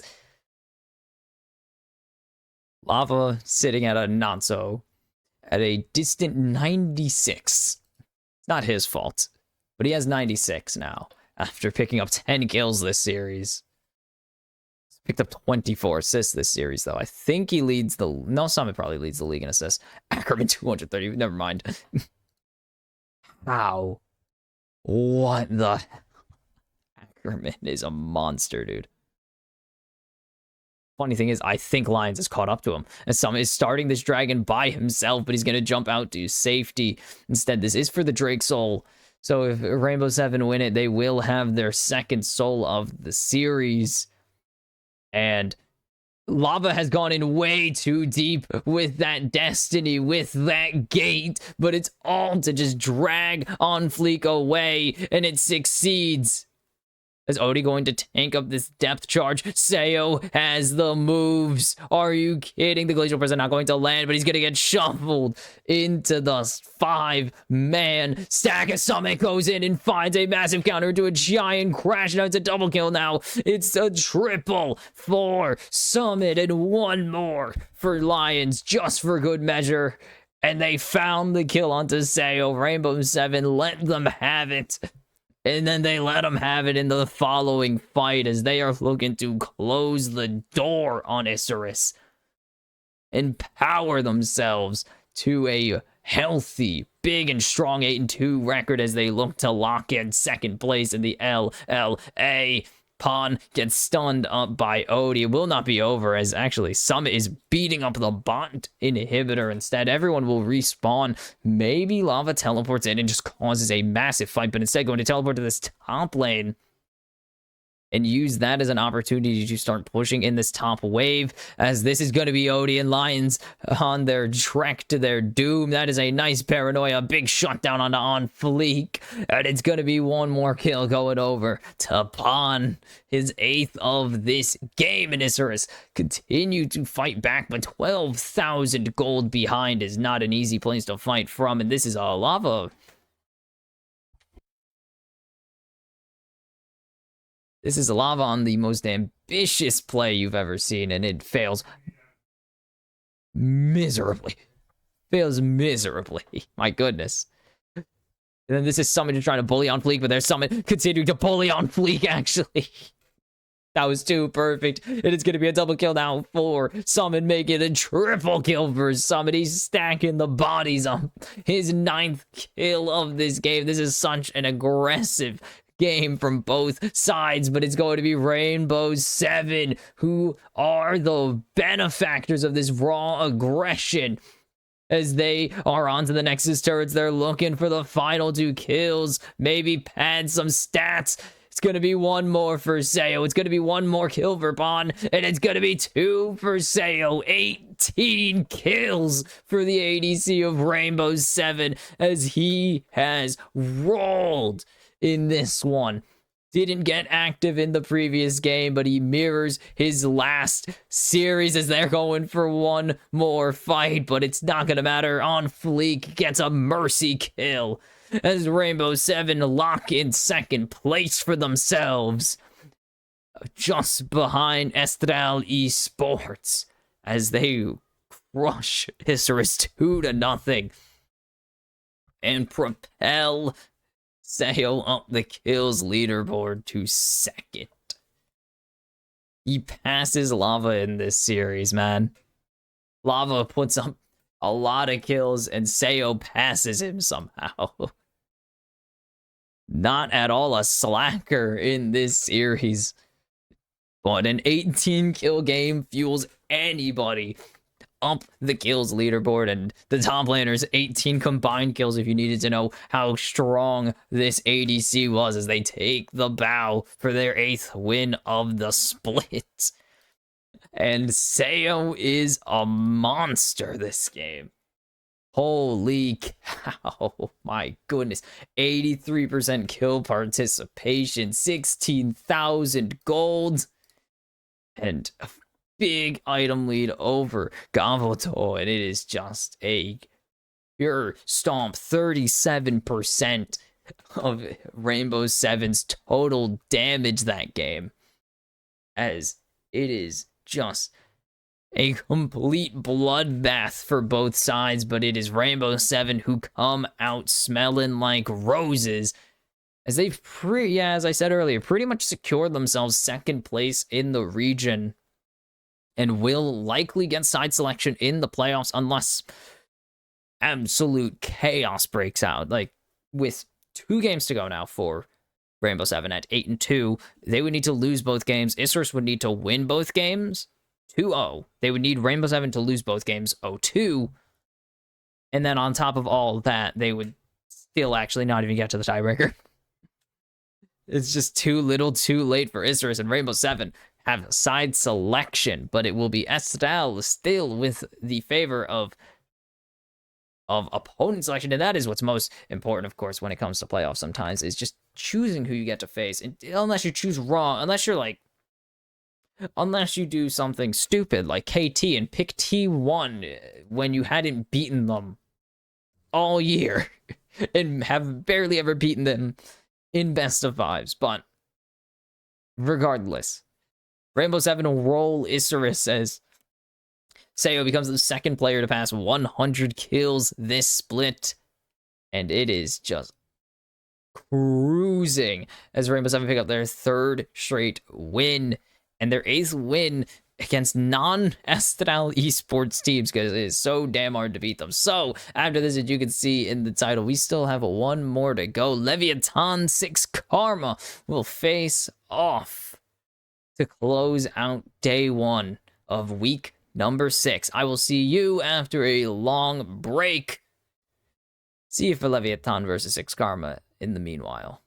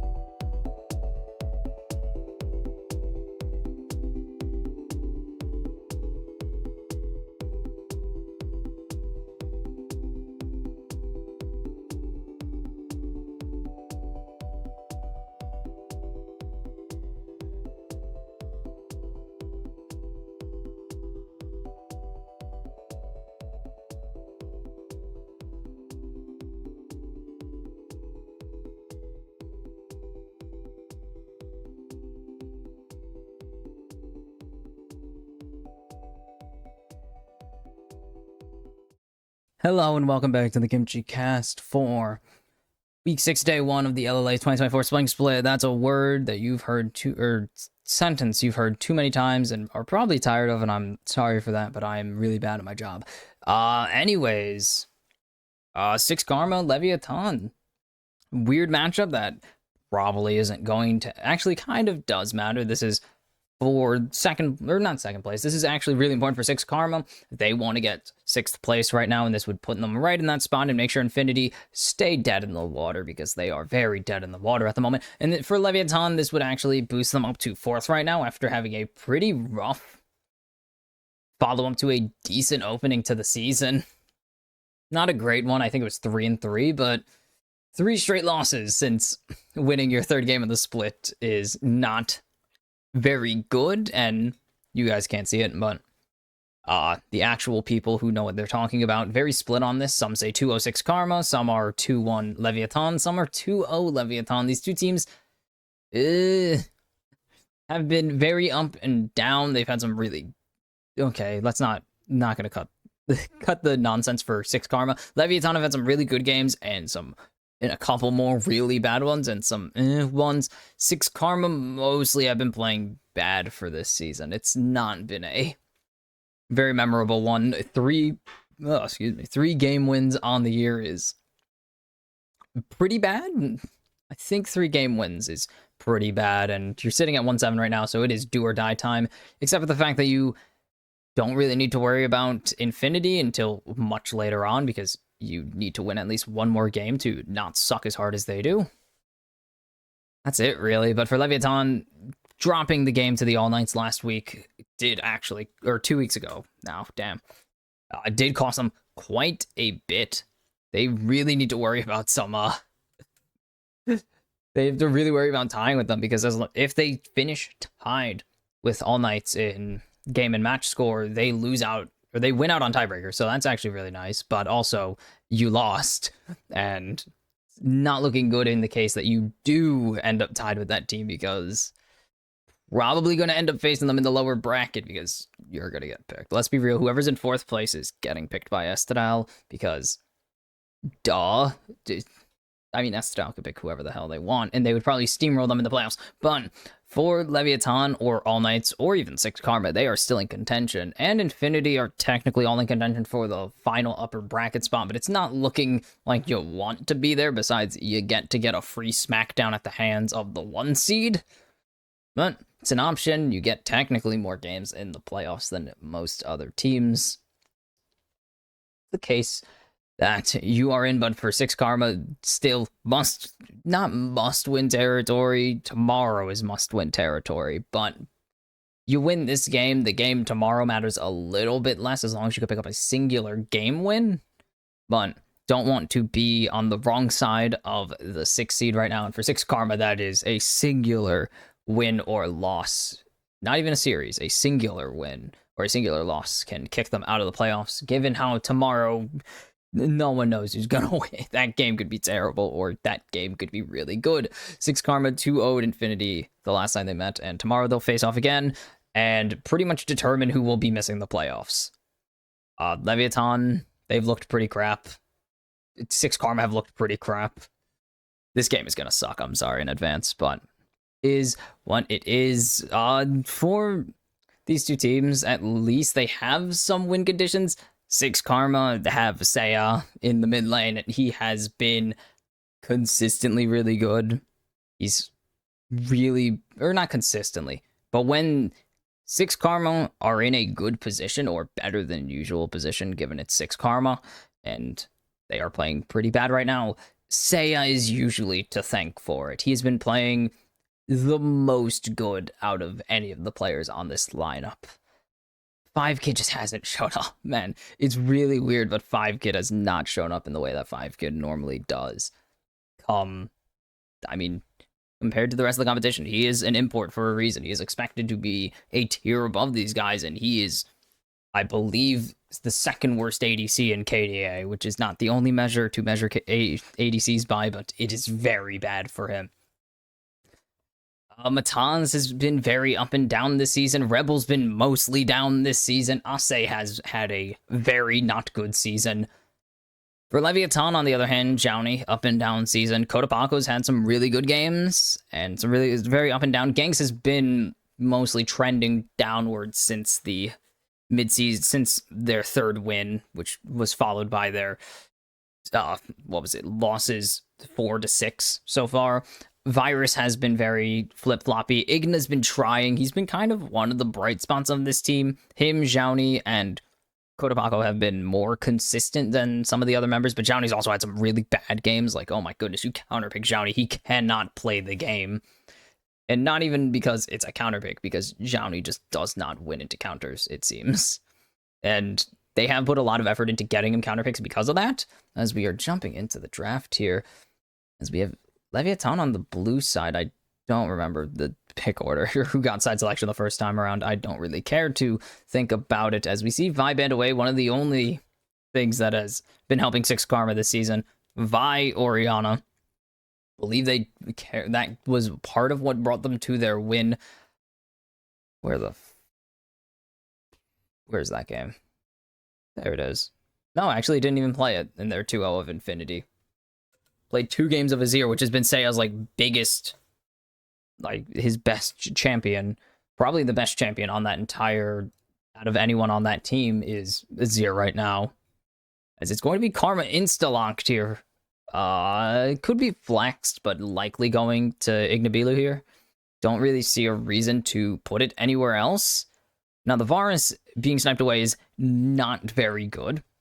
For Leviathan, you do usually want to pair that with the with a Karma ADC. Very easy lockdown, very good harass there. But it's going to be Rel, flex pick available for Mataz or Rebel. I don't think it gets better in either of their hands, to be honest. It's really just what do they want to put with this VAR. It's mostly, are they going to get Nautilus? That is the actual determining factor, is are they going to get Nautilus? Is this going to be Xayah Rakan locked in? And Igna does like playing Rakan. He has quite a few Rakan games this season.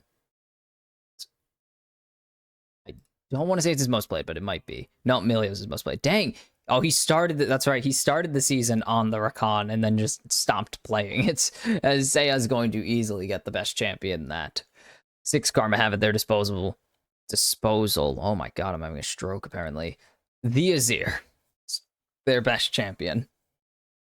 It's not really a competition though, because they don't have many other good ones. As that's going to be the Xin banned away from ganks here. I think he's played it once. Maybe this split. Don't really think it's that good of a ban. He's 2-1 on the champion, actually. He's played it 3 times. I just don't think it's that good of an actual of a pick in general at the moment. As that is Renata banned away, so that is a good ban, actually, from Leviathan here. But what else could they possibly even look for? It's top lane focus. And jungle, I guess, for Six Karma, but just gonna get rid of the Jax. Jowney's had a pair of good games, I think. On it, I can't even remember anymore. The games are all blending together. It's a trio of good games of Jax. Ah. And to close out Game 1's ban cycle, Leviathan will be getting rid of... I thought they were going to pick faster, but...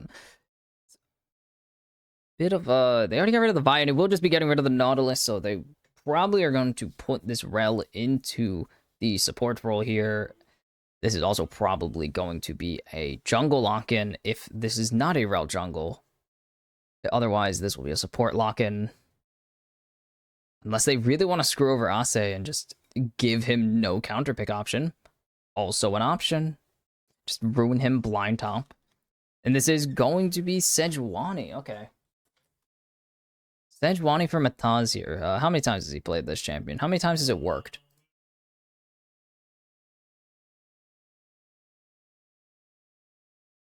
Hasn't played it yet. Really, I feel like Mataz has played it, but has not gotten his hands on it yet, so...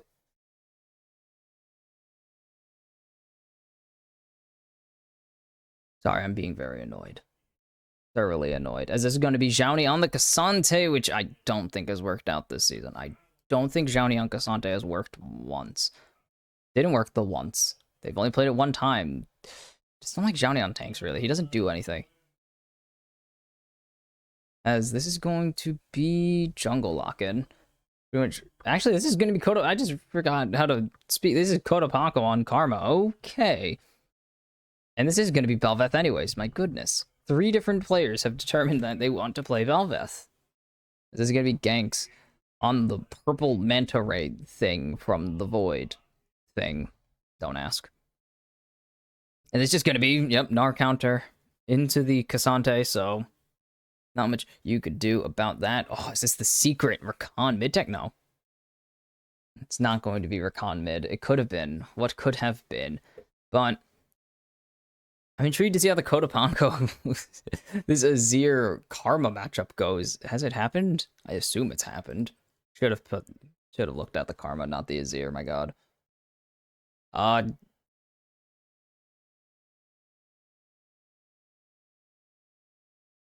This is a lot of games, by the way.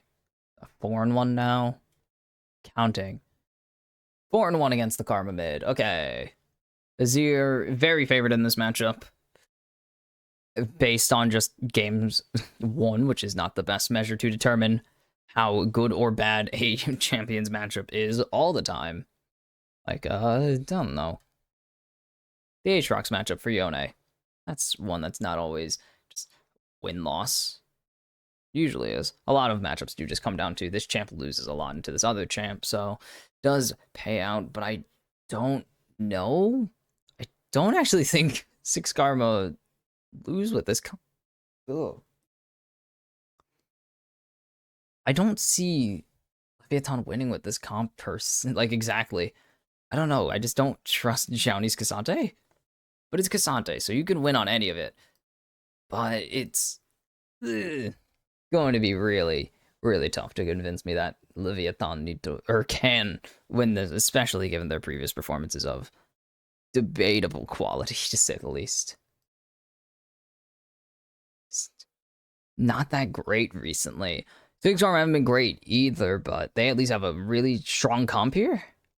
I'm not. It's also the Belveth. Belveth's 1-0 in LLA, but I just don't think Belveth is that good at the moment. If we even played the Belveth, was it Jose Dioto? No, it couldn't have been.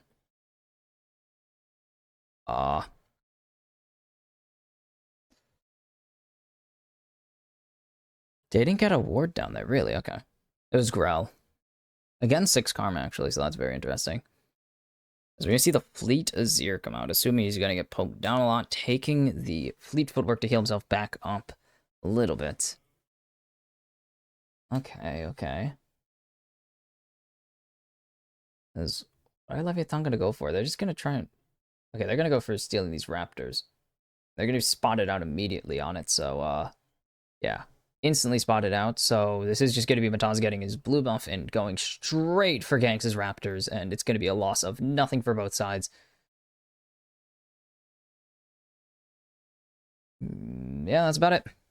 It's just going to be steal a Raptors red for both and walk away. Don't even have a ward down on their own, so they won't see... Actually, no, they will spot out Mataz here. And no, just divert jungle. Vertical jungling returns. That's all I can say. And I got really nothing else for this game so far, because there is nothing. If we're getting some nice invade, it's going to be cool and all that stuff, but that's about it. Taj should also be able to steal away this red. If he actually disengages, this is a huge... Oh. It's actually going to be a really nice win now for Ganks. Nope, Mataz determining to go for the red buff instead. Evening out this jungle invasion strategy. Evening out the jungle invade power. And Kodo should be able to get a lot of push here. He is Karma and has Q. And Q is a very strong thing. It just blows people up and has a really good AP ratio.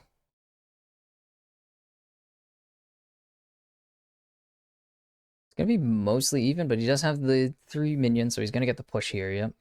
Well, Ase has pushed Xiaoni under the turret, and Xiaoni is getting the tank treatment. Usually the Aatrox treatment, but it's the tank treatment usually as well. As... What the heck was Igna doing on the Krugs, actually? I don't think Mataz is on them. Now Mataz is going to them. Don't think they've spotted him out either. Now they know. They know that something's going on because Rebel and 5K decided to rotate over to the Krugs here, as say are going to get rooted. No, not quite going to be able to just walk out of tether range. And Mataz is just behind now. He's just really behind. Lost his whole red side. Hasn't even taken his whole blue side yet. It will be mostly even here, but it's not very close at the moment. It's just going to be ganks waiting for the birds to respawn, actually.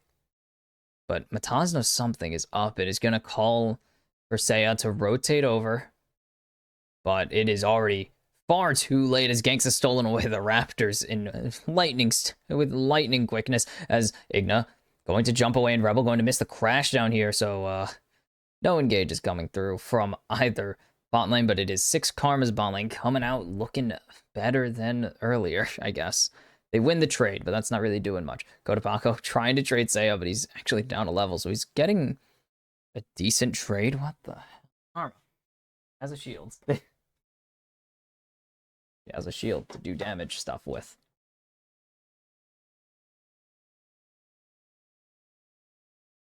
As that crashdown's going to land onto Igna, but there's no Shouting Strike coming through, so Igna going to be able to just walk away and battle dance to safety.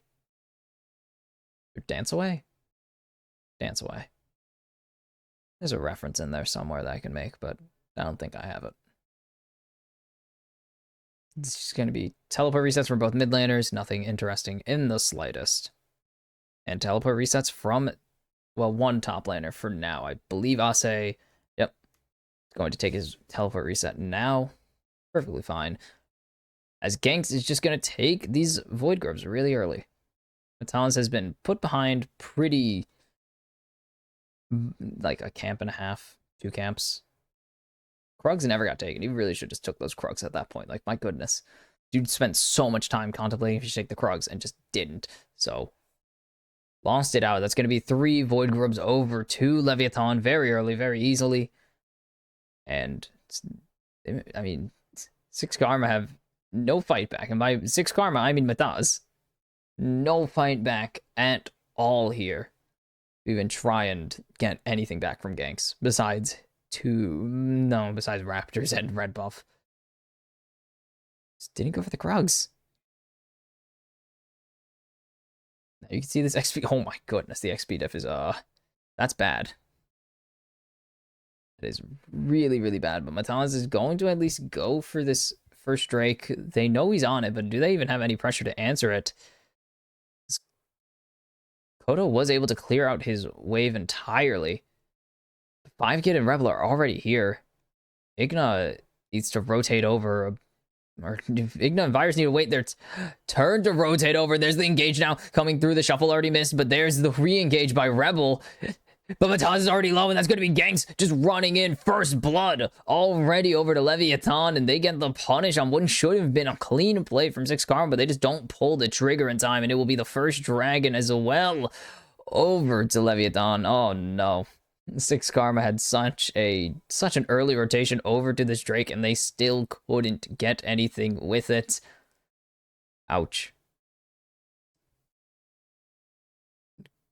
Kodo's gonna still just be perfectly fine here. Ganks is just gonna walk across mid lane. Just threaten Seiya, get a little bit of trade onto him, take a lot of turret. Lose the trade because of turret damage. And Seiya misses this shuffle, which is fine, honestly. It's not the end of the world. Get the flash out, fine, whatever. Rebel gets this engage, and then just Kodopak was able to walk away. Ignabilu gets the grand entrance airborne, and just Mataz can't disengage there. They just continue to stretch this jungle lead out. Almost 1k, not just in the jungle, but 1k overall almost now. We're going to see a big ulti diff here, but Mataz should be able to cover up this ulti diff. Actually, it doesn't really matter. As Rebel and Igna are just fighting each other. Doing as you do, just fighting in the jungle. Koda's going to push this wave in. I don't think he's going to reset. I don't even know if he could take many roams. It's not like he has anywhere to go at the moment.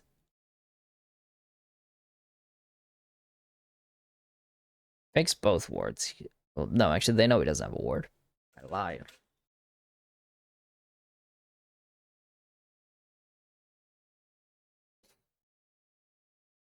Ooh, misses another minion. Yeah, that is the one downside. Karma has terrible AD, and you do have to take a little bit longer to kill minions without dropping them. With just autos. That is not... Montracue is Montracue. Now 6 is available in this bot lane, but it's just going to be 6 Karma taking the resets. At least Rebel taking the reset. Very early, but he wants wards. Yep. Always for wards. Is Ase not going to be able to cancel the back? I think he found him, though. Do believe Xiaoni was spotted, at least, on that recall. But going to be able to just walk away, grab the Sheen, build up towards that Iceborne Gauntlet, and be perfectly fine. I'm honestly more impressed. Ase didn't just throw in a blind Q into that bush, but he also might have not had it. I didn't see him throw it. Seiya, that's a bug. Okay, but there's Kodabako getting knocked down into the Glacial Prison. The crash down comes through, but Seiya's already low on health. Ganks is going to finish it off, but there's a nice Magnet Storm to bring in 4 members. Ganks has to fight and run for his life, but it's going to be a double kill for 5 Kid. And I expect a pause coming in, but maybe not. But that looked pretty goofy, to say the least. But it's a double kill for 5 Kid. Leviathan almost get the punish, but they just didn't have quite enough to finish the job there. Xiaoni does not have any damage. This will be a 3-3 Void Grub split, unless they could really threaten Bataz here, but I just don't see it happening. They will be able to get 6 Karma off of the Void Grubs at least, and I think Xiaoni's going to try and take these for himself, as Ganks is coming back, and Virus is here to help as well, so this will be a 5-1 Void Grub split, actually, and Leviathan will have the mites on the map. All right. Easy peasy. So, is it going to have the glitchy? No, it looks perfectly fine. Okay. Did not look fine for us, but a good shuffle into the Glacial Prison. Nice follow-up, or nice counter-engage from Leviathan to try and just pull anything back there, but it's just Ignite, and then they have no damage, and definitely no tank at this phase of the game to stop anything from happening, but still a good try to get something back, but now 5 Kid in a very nice position here. 2,000 damage in the last fight. It's good for the phase of the game he's in. Most importantly, it's a nice lead now in money. That's all that matters. They want to take the damage away at any point. There we go. Rushed boots into Bork start, yeah. Never mind. I have to remember how this works. But that's 2 Kraken Slayers now. They do have a decently tanky team. Gnar with Rel and Sedge as just regular tanks, yeah. So we're starting to see a lot of first items almost coming through here. Gang's gonna try and get aggressive. Only 10 seconds or so till Dragon spawn. So they can find an angle onto Mataz, take him out of the fight early. Would be really nice. Total gold, 2 kills, very good. Yeah, obviously, people with kills at the top at the moment. Farm, not the biggest. I mean, okay. 20 CS diff in jungle is really good. I'll give him that one. Very strong. We're seeing Leviathan continue to push forwards here. They're going to be spotted out, but Seiya has the drift available, and that is going to be the front flip, not connecting, and a turret shot instead, connecting to Ganks. The shield, yeah, that doesn't do much for him. They're just going to clear out all this vision, throw a Q at the Drake, and they're going to start it here, it seems.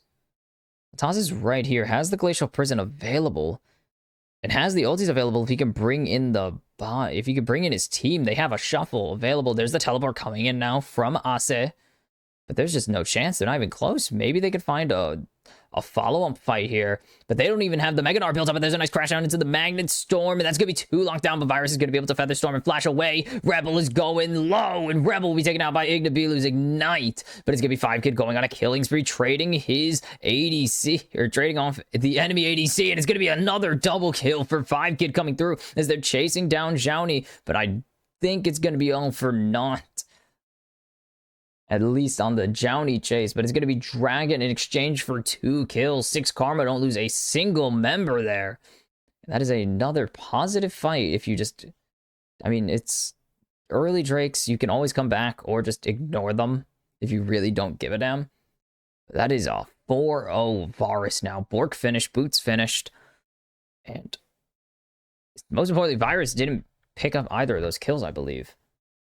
They get the dragon, but they have the follow-up available. Igna just trying to go in onto Ase, just doesn't even reach him and has to turn back, actually, to save his ADC.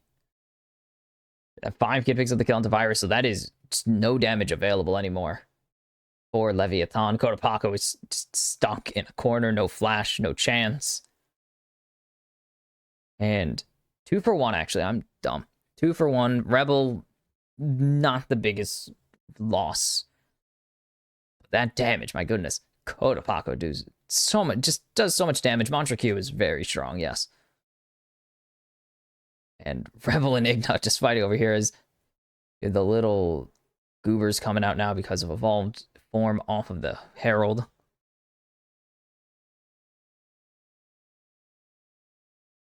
It's already just instant Herald drop.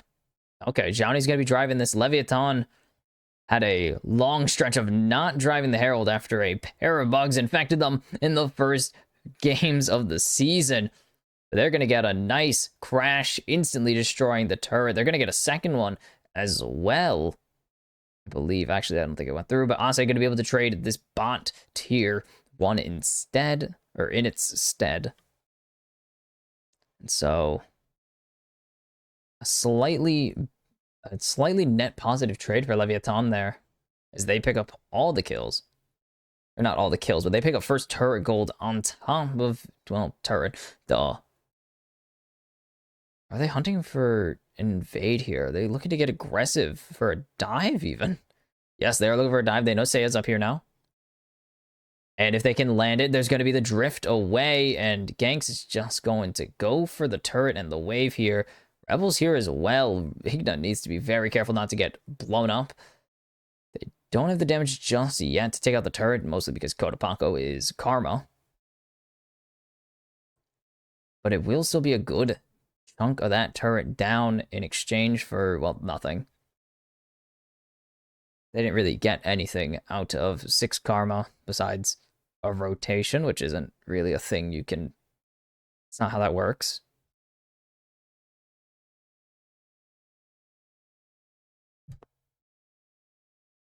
Instead, it's just going to be Seiya farming up and pushing in this top lane. Jouney's here, but they have 3 people. If 6 Karma want to go for it, but we'll just leave the top turret. Sorry. Some moron is sending something in a group chat, and it's not going well.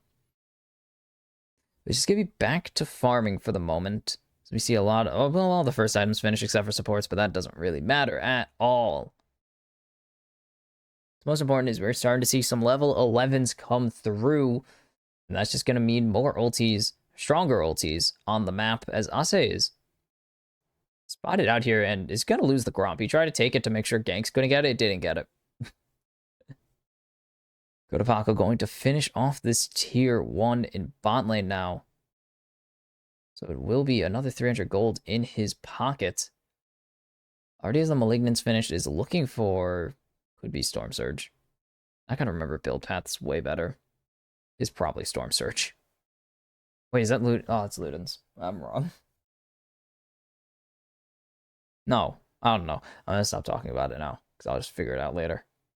As this top tier 1's gonna fall as well. Okay, just all the tier 1s are off the map now for 6 Karma.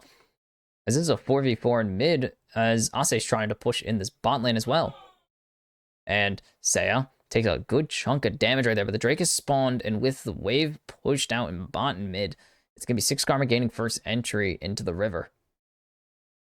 But teleport available for Xiaoni here, so he can just join up whenever he wants to, but Ase's already here. No Mega available, though. Has to build it up. Igna can find a huge engage here. There is really nothing 6 Karma can do, as they've already been backed off of the dragon pretty much. And the threat of Ignabilu engaging is way too big. And that's going to be the 3rd Drake going over to them. Ganks is locked down with the Glacial Prison, though, but there's the front flip in, and there is a grand entrance. And there's a shuffle to follow it up, as one has already fallen, but it's going to be Virus with a double kill here. Ase going to have to jump away to safety. And 2 for nothing for Leviathan. 6 Karma trying to get the fight afterwards, but it does not work out for them. And it is going to be all the gold, all the value over to Leviathan instead, unlike last Drake fight. And now Virus has gotten something to work with here as the ADC on this Xayah. And this teleport, they see Igna, or they find Igna right there. So now they have to worry about him jumping into the fight at any point he chooses. And that kind of threat with Zhao Q3 available is a big worry. But they see Ganks going for his ultimate, so they try to lock him down with the Chain of Corruption. Doesn't even connect. They get him to the Glacial Prison. But by that point, they are just ready to fight. And most importantly, Virus dodges the shuffle. Virus absolutely dodges the Emperor's Divide there, and just, it's over. No damage on the ADC. That's the target they really need to take down. Igna going to be able to jump away from Rebel right there. And you can see the high damage targets. Actually, a lot of... Wow. Damage very spread here. Cassante all out, very strong. I wasn't expecting the damage to be so spread. I thought Virus did a lot more. Comparatively there, as Seiya forced to flash away from the front flip of Ganks. Stealing away the Krugs. I always call the Krugs Raptors, don't ask. Doesn't make sense, I know. And 6 Karma just have to give those rock things up. No choice in the matter. Because we have the all-seeing Baron. Yes, the best Baron. Best Baron pit in the game. Ganks has been spotted out on his blue buff. Is just going to give up. Actually, should be able to get it with Smite here. Yeah, Matad's not going to be able to smite it away in time. It's going to be blue buff to Leviathan. Oh, the Glacial Prison doesn't connect there. He's trying to see if Igno's going to overextend, and is able to dodge away in time. So, wasted ulti. This could be an angle for Leviathan to get busy on the map. To get busy in a fight, actually, would be really good, because there's no pick potential besides the Azir. If the Azir finds someone with the Divide, then it's absolutely huge. But if he doesn't find anyone, then Leviathan could just crush them. Just crush 6 Karma in their palm. 6 Karma not going to overextend and actually going to make the smart play, as opposed to what I would have done, which is the dumb play and go in guns blazing. I'll say he's going to continue farming. I'll say playing farming sim right now. 31 CS ahead of, going to be 34 CS ahead by the end of that. Oh, only 32. Did he drop one? He actually dropped. Okay. 32 CS ahead. Fine. Be that way. 2 damage, or 2 items on these damage carries. My god. Words are hard. 2 items on these ADCs. They're going to be a lot of the damage in these fights right now. I mean, Seiya's going to, yes, do a lot of damage still. And Koda's going to do some, at least, as Ase's forced to flash away from the all-out. Zhao is still chasing. He has ganks here, so that's all he really cares about. And with no flash available, Ase will fall to Ganks, who gets his 3rd kill of the game now. And this is a bit of a scary Belveth, especially for a Kanos. And now it's about 2k behind from a game that was very, very even earlier. It's just not at all really an option. And now Ganks, Zhao cleaning up on this bot tier 2. Zhao should be able to finish this off. Has the Sheen available. I don't think Sheen affects turrets. 1,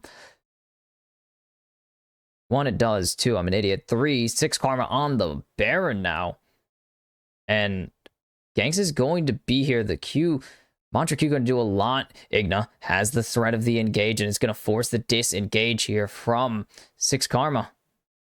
Ganks going to be able to run away, steal the Krugs, and run away as well. So, an attempt at a sneak, but they knew something was up there. And so, 6 Karma, Baron sneak thwarted. And now with 13 seconds on this dragon, Leviathan making a beeline for it, because, 6 Karma are still trying to get this Baron, it seems. And they're just going to call for it. And now Leviathan pivoting off of the Baron. They are pivoting to the Baron off of the Dragon. It's down to half health. They don't have ganks here to steal anything. They need this engage to land.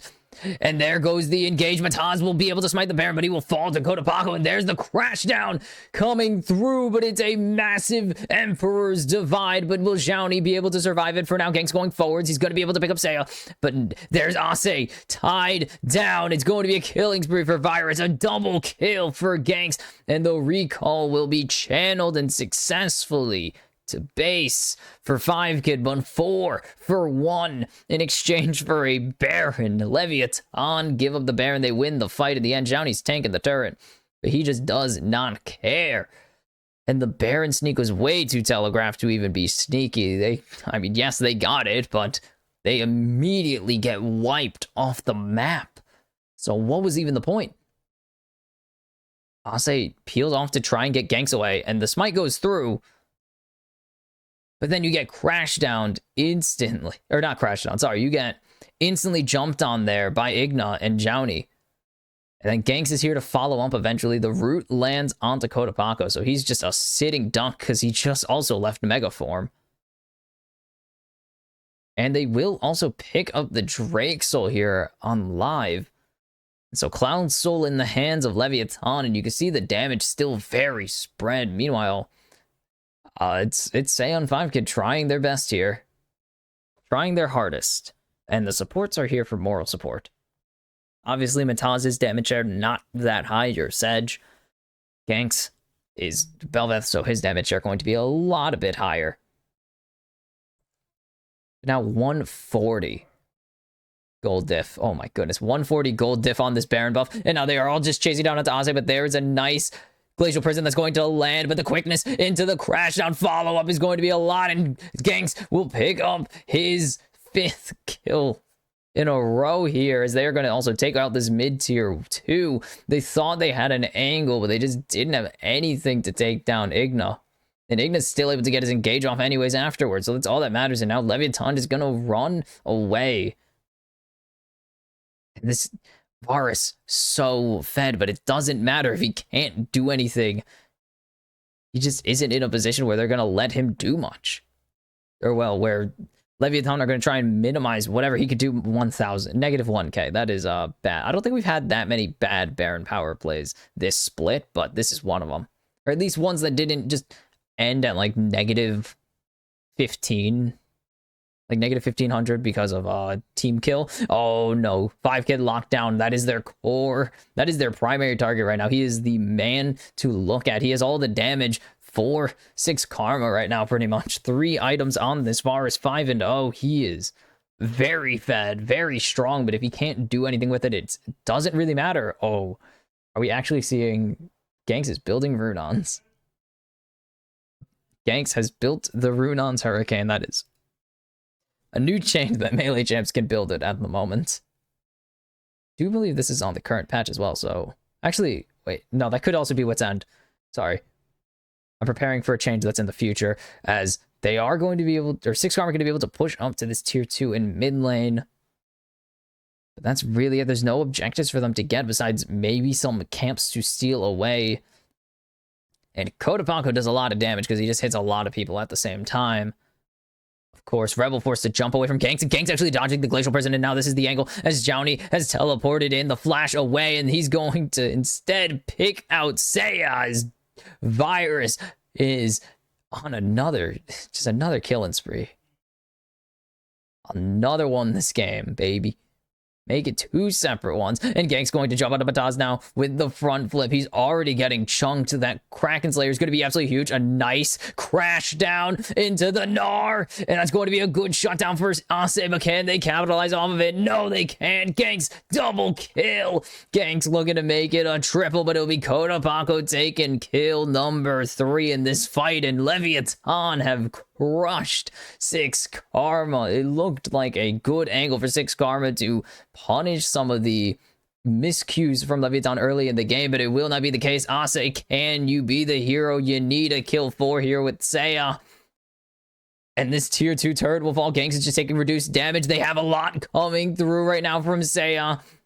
But are they going to be able to defend the Nexus? They can try it. Seiya going to be able to drift in, but it will not be enough. Leviathan take game 1 against 6 Karma in a very stressful very stressful fashion, and it feels like Six Karma kind of beat themselves there. I mean, you saw that double Baron sneak attack. Double Baron attempt is usually not how I would want to see a team play that. You fail a Baron sneak. I don't think the angle is to try and sneak the Baron a second time. Because with doing that, you just... I mean, you got the Baron, but you just gave over 4 kills.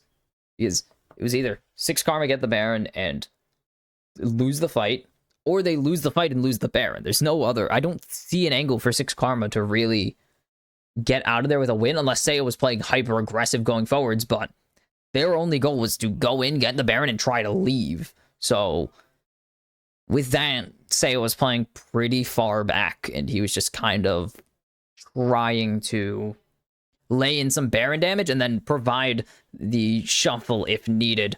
They found a good angle, though. They did find Ign trying to jump forwards because he saw where Ase was positioned and Mataz was already dead. So they did get a nice crash down Magnet Storm shuffle combo, but it just wasn't enough. There, like, Seiya was all the damage in that situation because 5kid was running away. 5kid was pretty much designated survivor. He was the one person that, if Six Karma only were going to get out of there with one person, he was the one they wanted it to be on. 5kid just really didn't get an opportunity to shine that often in that game. He did pick up the kills. He picked up a good amount of damage in several fights, but just they never gave him an opportunity. They never put him in a fight where it looked like he was going to win or where he was going to do a ton and be this huge damage threat to Leviathan, to their actual tanks, because that was his job at that point, was to shred Zhaoni and to shred, not Mataz. My goodness. It was to shred Zhaoni and it was to shred, I mean, Igna as well, because they wanted those guys gone in the fights, but that just didn't end up happening. And this fight actually did go really well. This is such a good fight for Six Karma here. Or no, this was a good fight for Leviathan, never mind. Because they pick up the 1-for-1, and they have Leviathan running. Never mind, this was the good one. I can't remember some of these team fights all the time, but this is 2 kills for 5kid. 5kid was a huge deal. Or this is where 5kid really became a big threat after he picked up his initial double kill. But Ase was the catalyst for that one. Like, Ase and Rebel were huge catalysts there for that fight. And then this is just them trying to do the same thing again, but it just fails. They try to punish ganks. They can't do it. And then there's Igna coming in. And then Seiya finds... How do you react to that? I mean, I guess Virus predicted that he was going to go for it. He definitely could have killed Mataz there. 5kid was not going to stop you, Virus, but didn't go for it in the end. But that was just absolutely massive. And then this is a double Baron sneak. What are you doing? Like, Ase's here to bodyguard. The Glacial Prison finds nobody. Igna goes forwards with the quickness, finds 2. Zhaoni's here, gets shuffled. And then just... Seiya gets all out, and Zhaoni has so much damage now. And then here comes Ganks, who also has so much damage. It's just, what was the plan here besides get the Baron? It didn't seem like they were ready to fight. And then Zhaoni comes in on this teleport. 5kid flashes away, so he just goes for Seiya. And Seiya's in 4 here. He's dead. Or in 5, not even just 4. I thought maybe Igna or Virus weren't there, but no, that's all 5 members. He's dead. And then Ganks is just like, we have a wave pushed in on both of these. We can start fighting them here because they have to answer the wave or answer us, and they can only pick one of them. And then Virus gets a nice root there, but this seemed like a good angle. Ase with a nice Gnar to follow it up, but a great read, a great counter engage by Igna and Ganks there to just pick up the damage carry, or to pick up the damage carry that was left on the map at least. And again, tons of damage coming through, but just no kills coming through in the end. And that is kind of the core issue you see here, is just too much. I mean, also Cassante is a nightmare champion, yes, but Igna was finding great engages and there was nothing you could really do about it. Kodapako is just undealt with, and he provided so much utility to his team. Ganks was a huge damage source. Cassante is Cassante and is also a huge damage source, because of course he is. Like, by the time Seiya and Ase and 5kid were doing damage, it was just, they weren't tanky enough to stay in the fights and actually do that damage. Like, they had they found a good engage. Again, Rebel paired up with Ase to find a great Crash Down Magnet Storm Gnar, but you're down Seiya. Seiya's not there to provide any damage for you, so it's all on the back of 5-Kid and it's on the backs of 5-Kid and Ase to provide all the damage in that fight, and it's just not possible for the potential multi-target damage of Azir with the divide in the soldiers to just be replicated by a Gnar who really relies on his abilities after he leaves mini, or after he enters mega form, and Varus, who as on hit only hits one target at a time. Like, I mean, yes, Azir also can only hit one target at a time, or only focuses one target at a time, but like, he's not really, he's also way safer than Varus to play. Varus has to really be forwards to try and do anything, or if he wants to do anything, has to be a bit closer to the action than Azir would, and doesn't really have the peel. Azir has the shifting sands to get out and the conquering sands to drift away. Varus has no movement at all. If you go in as Varus and do not have flash or ghost, you are in a really tough situation unless you know how to kite like a god. So they put a lot of expectation on a 5-Kid there to kind of just be this catch-all carry, and it did not work out because Seiya was often it was just because they were fighting 4v5 or picking weird fights, or never really were in a position to give him the space to target the prio targets. And they didn't have anyone in the backlines either. Like, they tried to shuffle Virus 2 times, failed. Didn't work either time, and it was too little too late by the time that they found an engage onto anyone that mattered on Leviathan. And for Leviathan, I mean, yeah, they did have really good team fight coordination. They also had really strong picks. I mean, K'Sante, again, just a very strong champion, very tanky with true damage at his side. Is just not, it's not possible to die on that champion half the time, man. It's incredible. And I mean, the Karma ended up being a huge pick. I didn't know how the Karma was going to go. I didn't really feel like the Karma was the mid lane pick they wanted there, or I thought it might have not been the best mid lane pick they could have made, but they ended up making it work huge. Those mantra shields are really good, give move speed, also a ton of shielding. They give more shields to everybody on your team, everyone in your radius, as opposed to just one person. Like, that's absolutely massive. The Q was great for applying really big zone coverage and big damage and light CC. And then the tether was pretty much a big, you're either going to kill me before this reprocs and roots you, or you're just going to leave. You have the disengage because I'm going to heal off of this. I'm going to have a lot more damage to follow it up. I'm going to have a shield to follow it up as well, and I'm going to kill you. And that tether became really big. It was just a big giant, like, I can't say it on. Actually, I could. It's my shoe. I don't care. It was just a big giant middle finger, pretty much. That just was like, you have to deal with this no matter what you do. As Ganks picks up MVP here, became really big on the Bel'Veth of the pick. I mean, I was kind of doubting the Karma and the K'Sante, but this was the pick. I wasn't a huge fan. How did he flash through? That was such a delayed flash through. Okay. But this was the pick I wasn't a massive fan of, because I don't know. I just think Bel'Veth isn't always... I think teams draft Bel'Veth expecting it to always become the late game monster that it is, and Ganks did get to that point. So somehow Bel'Veth is 2-0 in the LLA, because that is I feel like it's an anomaly that it does that so often. But it's just like, more often than not, I'm seeing teams kind of just think they're going to get the late game monster, and then Bel'Veth does absolutely nothing in the game.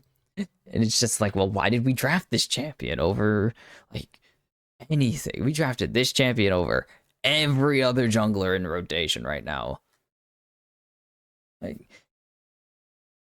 yeah, they did have the Poppy available to them. They chose to not go for it. It's just like, really, we chose this? It's kind of how it feels half the time.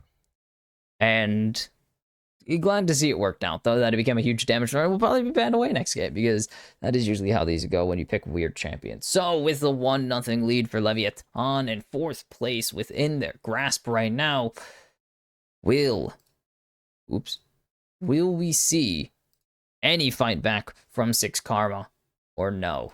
I'll see you after the break for game 2.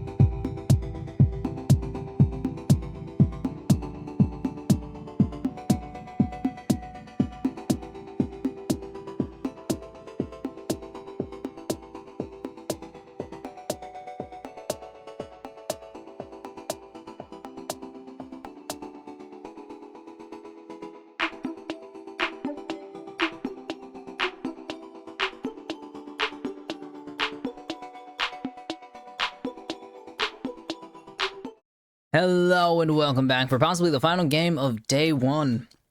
Week 6 LLA, spring split, blah, blah, blah, blah, blah. In game 1, Leviathan.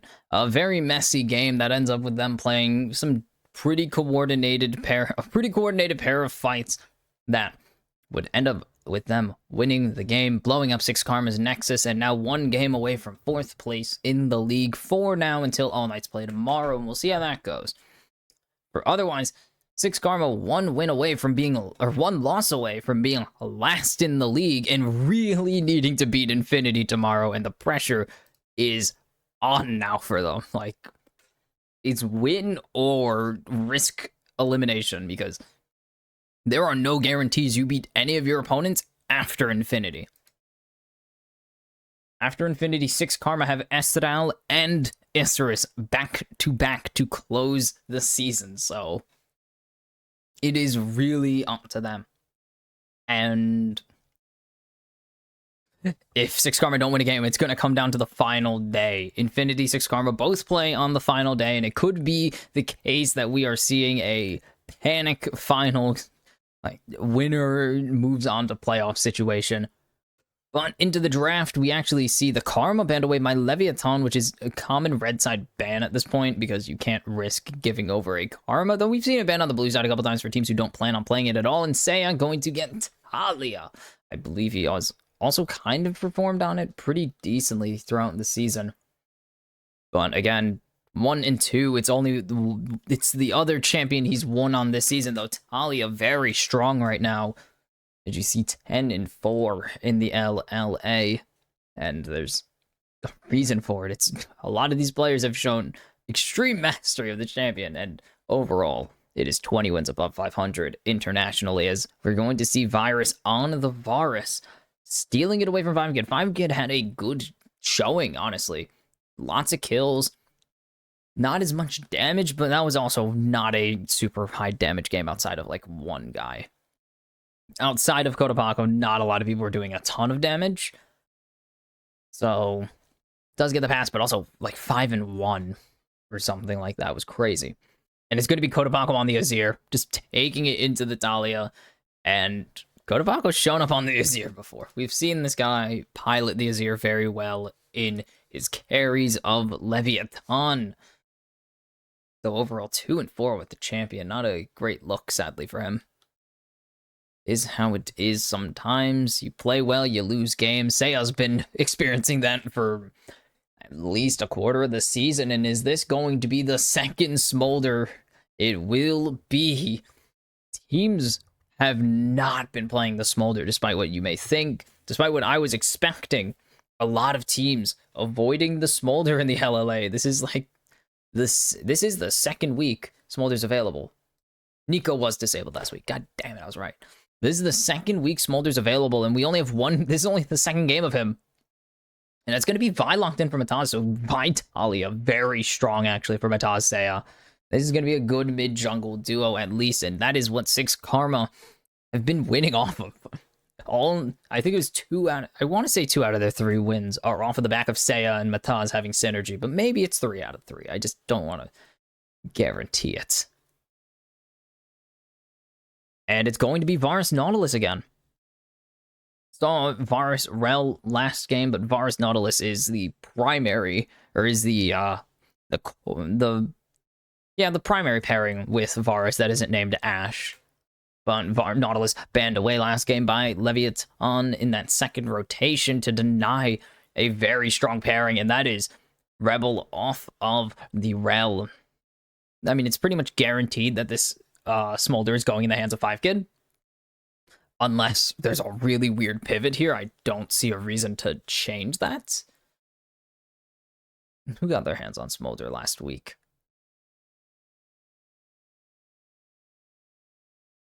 It was mid lane, wasn't it? Yes, it was Kiefer. 0, 4, and 3. So this will be the first bot lane Smolder of the season. Not the first in the world. I believe that was C9? I feel like it was C9. I'll get there in a minute. But Jack's banned away now from Zhao, and it's going to be Rakan taken away from Rebel.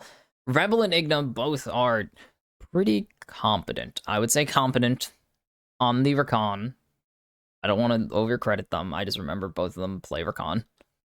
I mean, yeah, really good engages. Oh, it's 5-7 now. Who played in Brazil? A lot of Brazilians. How to play it then? Oh, Australia's played it too. And that's gonna be the Poppy band away as well. Mostly for the Vi, it seems. Virus just hovering this. I don't know why. Let him have it. So now 12 games, it seems. That's gonna be the tree. Okay. Ivern locked in for Ganks here. Ganks definitely has not played this. I will give you that much info.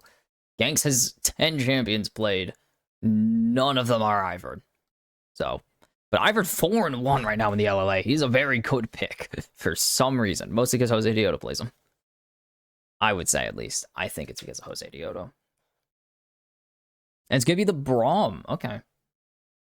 What have we been pairing with the Smolder? Honestly, I don't know. It doesn't tell me. But 6 games here? All right, CBLOL doesn't have any games on it. But 12 games total. We'll see how this goes. Braum has been busted out a couple times, actually. He's on, I believe, in LCS last game week. Not literally last week. Is this going to be the Aatrox blind for Asse? Where's Braum actually on the prio list? I always wonder because I feel like Braum is strong and no one wants to play him, but he's just not the not a premier support. 9-5 on the year. He's pretty good, but very fringe, obviously. Is this going to be the Gwen into the Aatrox? 2-1 on the season. I don't think Leviathan has played the Gwen. That is the wrong guy as well. Have Leviathan played the Gwen? No. So Xiaoni's first Gwen in the highest tier.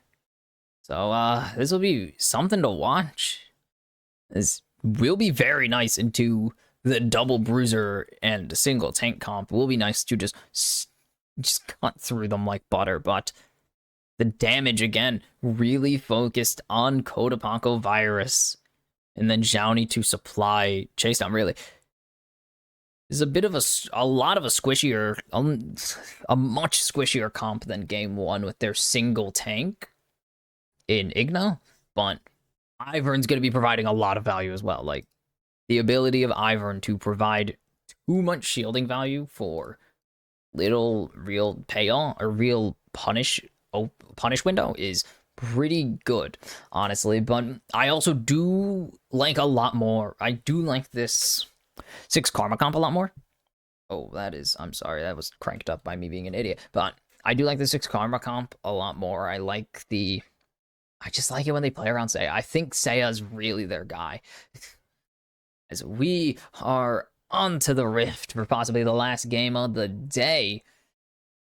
But it is... and it's looking to be maybe a good one. We've had some pretty good games today. But... it's gonna have to follow it up. We've had 2 close games. Well, 1 close game and 1 game with like 33 to 19 kills. But that was just fun. But really, it is going to be how 5kid performs here, as Gank's going to get hit a little bit, and that is actually going to be really punishing, because Ivern uses his health to clear. He does need to recall here, but they're not going to get anything out of it, really.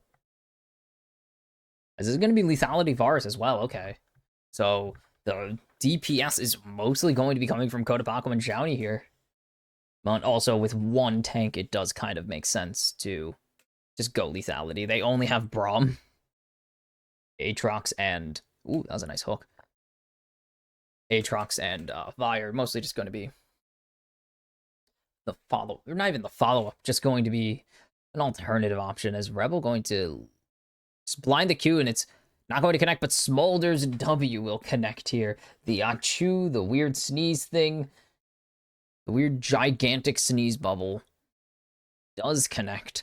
So that's 2 stacks of mastery already over to 5kid.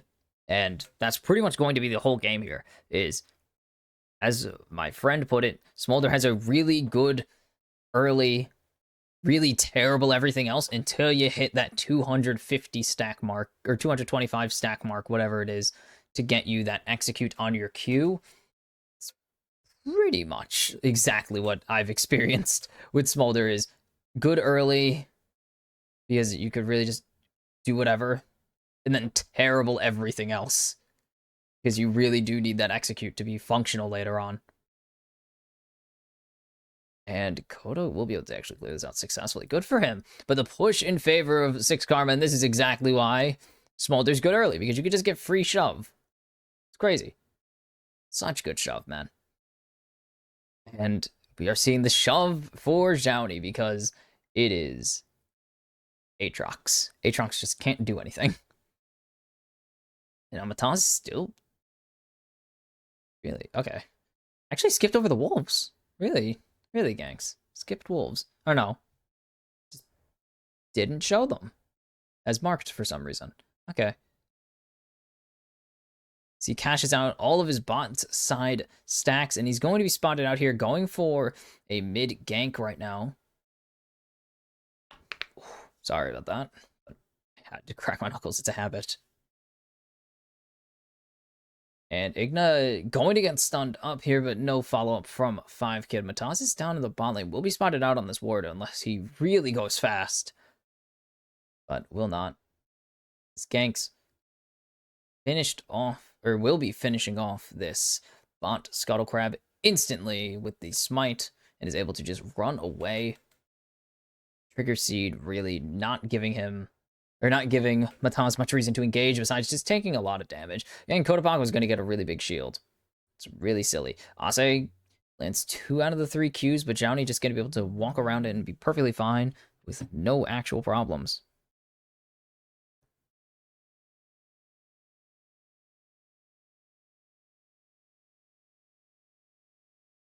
Yank's actually going to look for a play here. If he lands this Q, it's going to get the flash out of Rebel instead. I was going to say, if he lands the Q, Igna's just going to send this man to the Shadow Realm.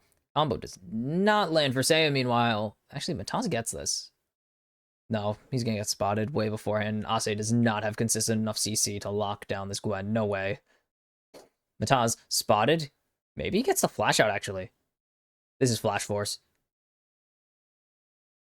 And he's just going to tank it, actually. And the Infernal Chain is going to land. Mataz with another Q. The denting blows did quite a bit there, but Zhaoni just going to use the ghost to escape for himself, or to get out, as Kodapako takes a lot of damage there from the seismic shove combo, but will be able to just walk away with his life. Just barely. As he's an entire cannon wave down now. Damn. As we're seeing, yeah, big cannon wave size leads for all of 6 Karma's laners. As ganks. He never expects a gank. Get him. Beat him. Is he actually just gonna... Nope. He's gonna just troll him. I was wondering if he was gonna wait to go for the Void Grubs, but nope. He's gonna troll the Aatrox a little bit and actually delay his recall. Not the biggest deal, but it's fun. So, it's worth it. Oh. Drops 2 minions, Kodo? Come on. Too passive. You're playing like me. Too passive on the wave. Gotta beat that wave into submission. Because now it is Ganks' turn to get spotted out on a ward in Pixel Brush. Very fun. As this is going to be the actual Void Grub's take now. It seems, yep.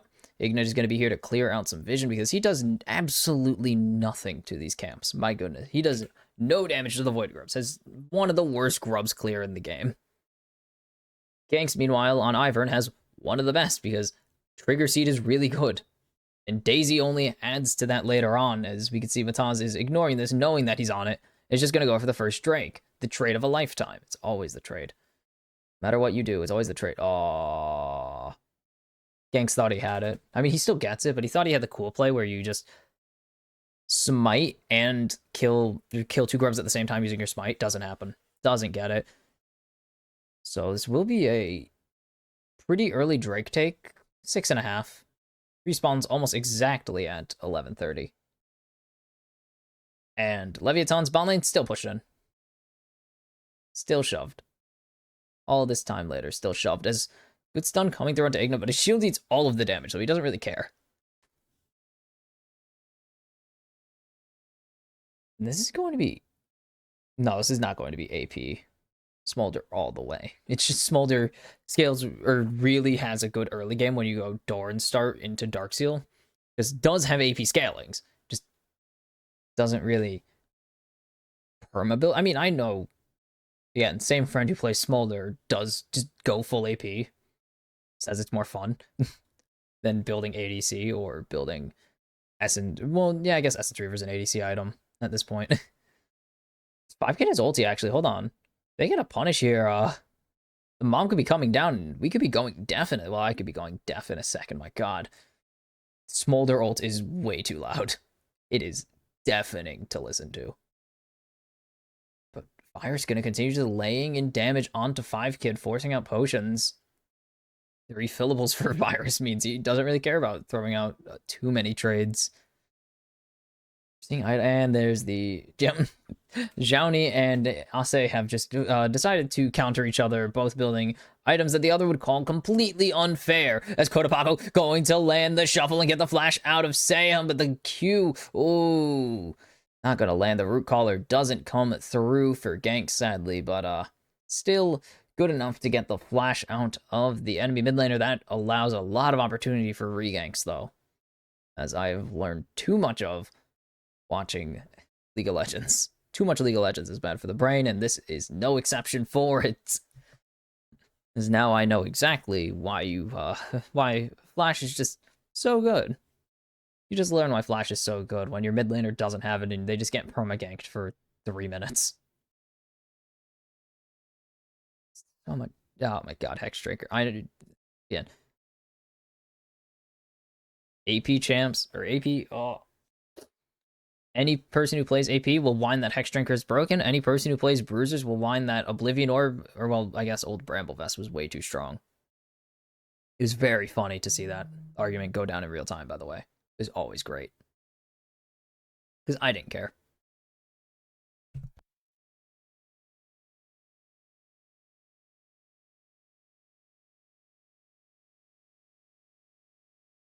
Mataz going for this invade here, and Daisy comes out. Let's go. The best champ on the map. Is Ignis getting the beat down from Rebel right now? And nothing will come of it, and Ganks is able to finish his camps. Meanwhile, in top lane, a little bit of a skirmish breaking out, but Xiaoni's going to be on the winning end of these for quite some time. It's going to be a while before Xiaoni starts losing these. As Daisy is putting the beat down onto Rebel right now. I guess. I don't know. It's not that much of a beat down. Oh, that's a beat. God, Trigger seed is really strong. No way that hits. Heaven and Earth can't stop a hook, and that's going to be a flash forced out of Rebel, but here comes Mom, and now Virus locked down by Mataz, already cease and desist use. Here comes the depth charge. It's going to be first blood to Rebel with the Q.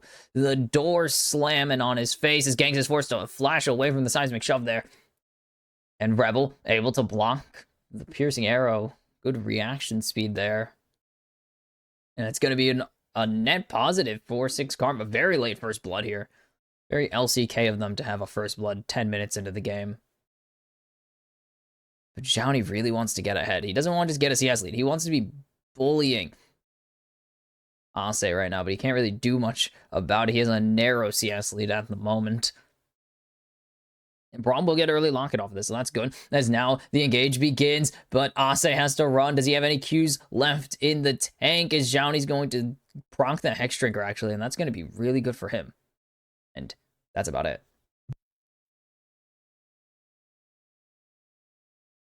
So both top laners just going to take a recall here, as this is going to be a 3-3 Grubs split between Leviathan and 6 Karma in game 2. And that hook is... wow. That is a hook. But there's Mom coming in, and when Mom comes in, the argument ends. It always does. The argument's over, and boom! Igno with a massive blunder there, thinking he had the hook. Didn't really come through in the end. He gets the flash out of Braum, but that doesn't really mean anything. We're getting close to a lot of first items here. Gwen going to... I mean, Haunting Guys is already really good. Haunting Eye, that is such... It's so funny to see so little damage, but the bars be so big. But it is how it went. I love that it also counted the random top fight, as well as the hook lands on to Rebel, and there's 5Kid getting hit with the depth charge as well. Mom comes in, but I don't think Mom's gonna save this dispute. Rebel tanks the piercing arrow, but it's so close to death. Kodapako able to jump away, and it's a wash of a play right there. Ultis out from both sides. It is only jungle ultis and an Emperor's Divide available now. No one's going to go for the dragon here. This is a complete wash. Which means it's a ulti burning fight and we go again later. The Drake is here to play and no one wants to play with it. Because everyone's going to die. But Jowney has the needlework up again and it's going to be the solo bolo in favor of the snipper herself. And then it's going to be a nice gold swing in favor of the Gwen. Getting this Gwen fed is a goal that Jowney is succeeding on. I hit my mic. I'm sorry. I apologize. As dodges out of the infernal chains, I think just runs violently. Yeah. Does the Gwen thing. Runs violently at you. What are you going to do about it? As this will be second Drake over to 6 Karma, actually. They are really just using this push advantage in the bot lane and mid lane to just constantly... Oh, this is actually a teleport. Just decided late that he needed to, as this is going to be an Ocean Soul now. Instead, and cause the screen to look unwatchable. As opposed to regular unwatchable, it is now super unwatchable, I guess. On my end. See, top of the gold chart, Jowney. 18 CS ahead, 122 total, and a homicide in his back pocket. As Kodapako going to pick up a plating here. I think that's... Oh, that's a... fourth. There's not a lot of platings in this game. At least there's no zeros now. There's no zeros at least, but that's not saying much. Really not a lot of difference in the plates. It's still a low amount. Heck, okay. As this is the Herald started by 6 Karma now. As 5Kid, ooh, that root collar would have been really ugly. And there's the dunk from Daisy. Nothing comes through. There's no real opportunity for them to challenge or contest this. And so it will be just easy Rift Herald over to 6 Karma in the end, as Kodapako is just sieging this bot turret as much as he can, at least. Is an effort, but not a ton. And the lane swap has begun. It is time for mid and... Oh, goodness. Time for mid and bot lane. Or time for mid lane to surrender to the bot lane so the bot laners can just farm for a really long amount of time. Sorry. Ears ringing. And Mataz, I think, is spotted out there, so they know. And it's just going to be ward clearing in their own jungle for 6 Karma. And Leviathan have a very slight gold lead off of that kill and some CS differences, but they are just still trying to find, and I guess it's just top lane. They're trying to find the angles here to really get anything going, but they just haven't been able to. They've only gotten one objective, and it's 3 Void Grubs. That is it. They've really only picked up 3 early Void Grubs, which didn't really amount to anything besides some damage over time on turrets. And they've surrendered all 3 other major objectives and the other Void Grubs as well, I guess, if you want to count those as a major objective, which they kind of are, but that's mostly because I'm biased and like the Void Grubs. I think they're pretty cool. But now Jowney getting jumped on with the wall and is able to just use the very fun ability, and Ghost actually, so it is something in favor of 6 Karma, but they do actually burn the Weaver's Wall, a very good rotation tool, as Daisy's beating down those minions. But here comes the Rift Herald in this top lane, and that's going to be the charge down. I don't think it's going to be stopped at all. Jowney can't really clear much of anything else, and that will be the second turret of the game over to 6 Karma's Rebels here to threaten Jowney. Oh, didn't dodge it in time, but it will only be the one charge, as like Leviathan before them. Let the Rift Herald die in the top lane, because you will get absolutely smoked if you don't. Oh, what the heck is going on here? As it's a lockdown onto ganks, and now it is a 1-for-0 in their own jungle, or in the enemy jungle. It's gonna be a double kill now for 5Kid, but he has found Jowney, and Jowney's gonna find the kill onto the Dragon Child. And now Rebel trying to go forwards, but it's going to be Virus picking up a kill on the Braum, and it's going to be a 2 for 2 in the end. Meanwhile, Ase trying to take this top, or this bot tier 1. I always mix those up because I just assume the lane. But it will be a second turret, 4-6 Karma. But that's now a very scary Gwen. And it's gank getting locked down.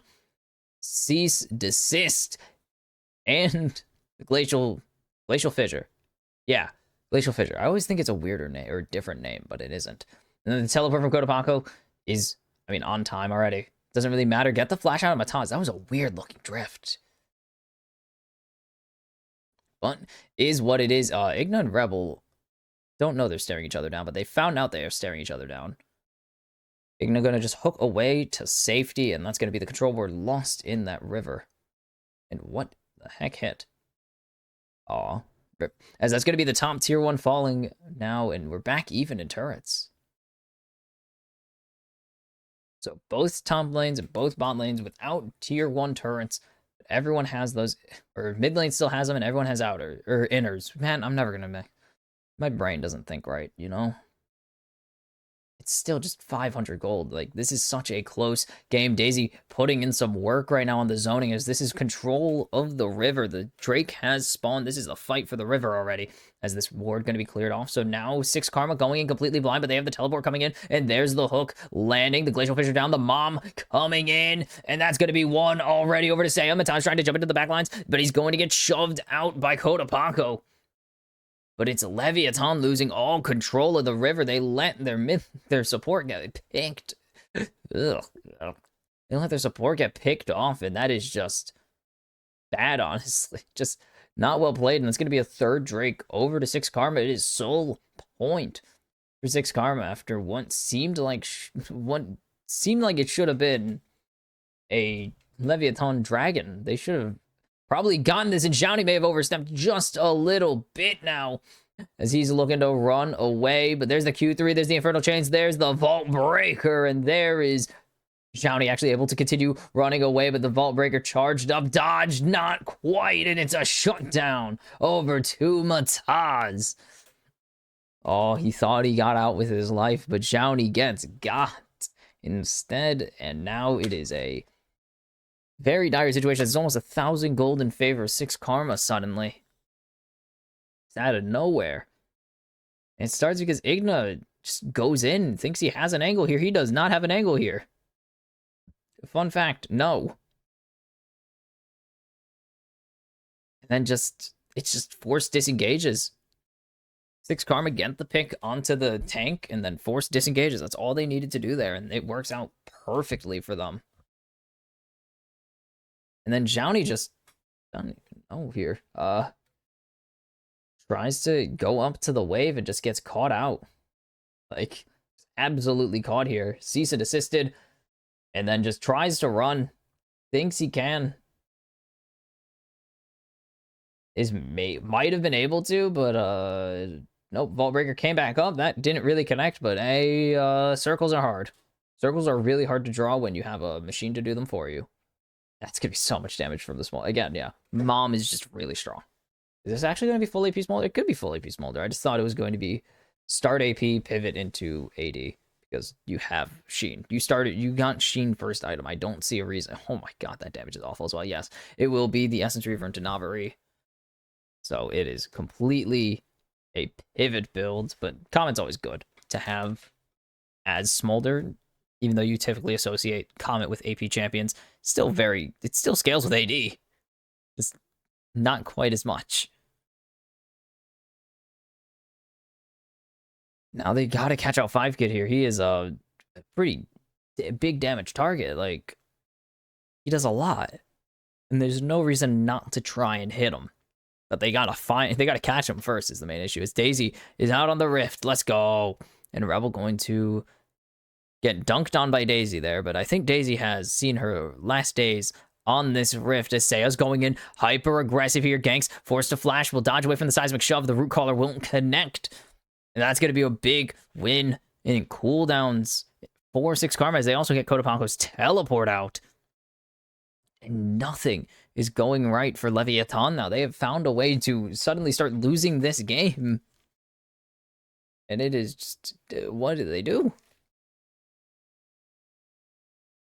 Leviathan just don't seem to have any plays prepared besides send Daisy forward and see what happens.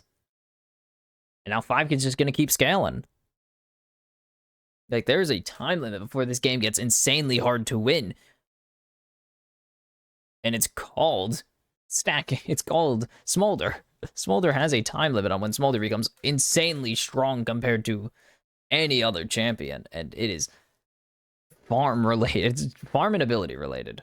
It's like Nasus Q with extra steps, or Vhagar Q with extra steps. As Igna just walking forward to try and bully Rebel out of the river here, but it doesn't really make a difference. They need to try and get Virus into this game. Lethality, Virus is only so valuable for so long. They need to get him in there. And they just can't find an angle to right now. As Mataz going to get aggressive, clear out that vision. Sorry.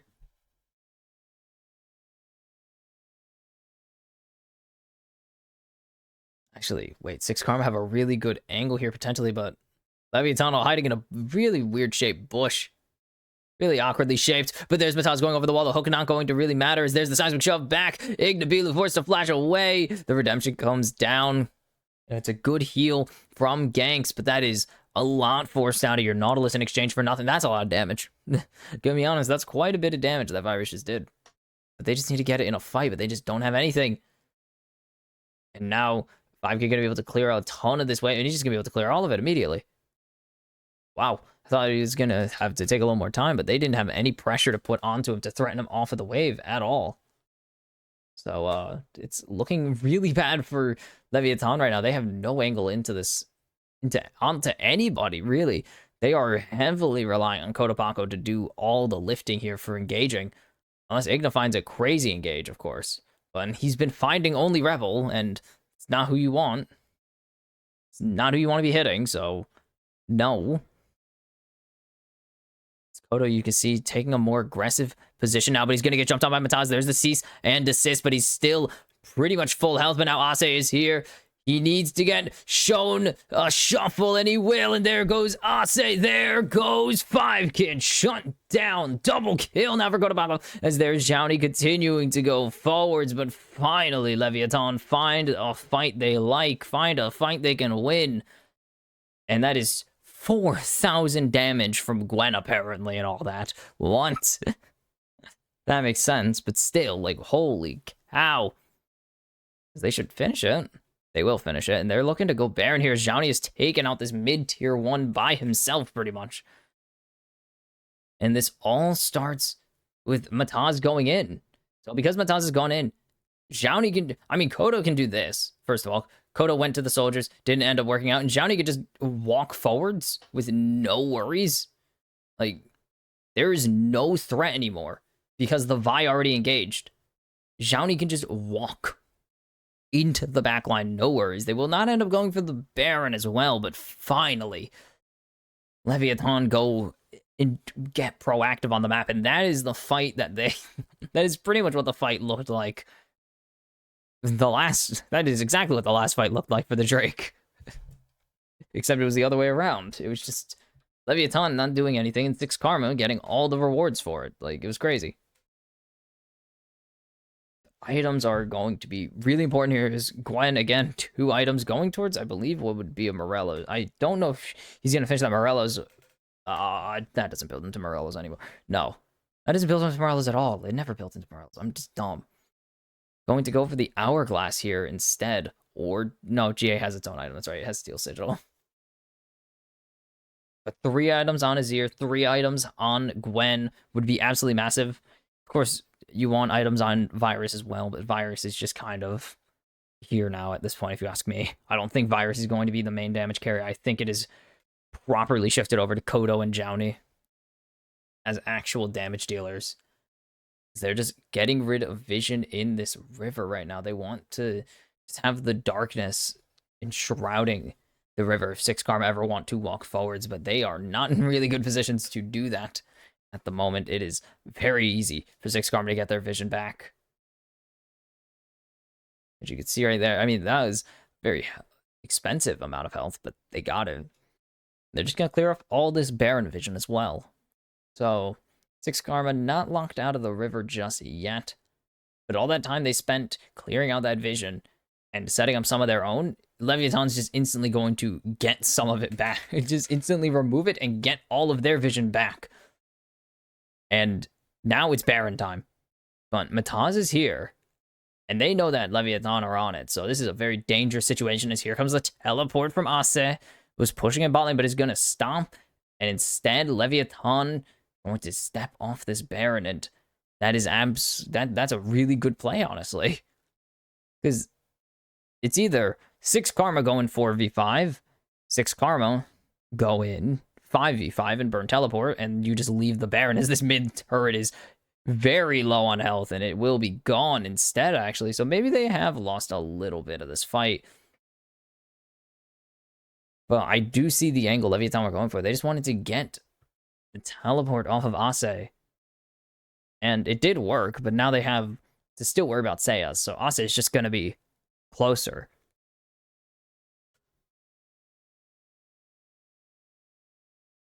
I mean, that was not what you meant to do. I accidentally canceled his passive right there. As 5 Kid finishes his rapid fire cannon now. So 3 items on Smolder, but Smolder is still very stack heavy. Like, needs the stacks, and I can't see what they're at the moment. I wish I could. Be really nice to just have a counter there, which only like 1 region has, I think. It's weird, but whatever. But it's just a matter of time now as Leviathan started the Baron, and I believe disengaged from the Baron immediately. And Zhaoni's just going to take this time to remove this bot tier 2 from the map and put 700 gold in his pocket and 50 in the rest of his teammates' pockets. So, a lot of value there from just baiting with the Baron. Again, Ase no teleport actually in this position right now, but I don't think they still want to rush the Baron. Mataz going forwards, but is able to just stay away for the time being.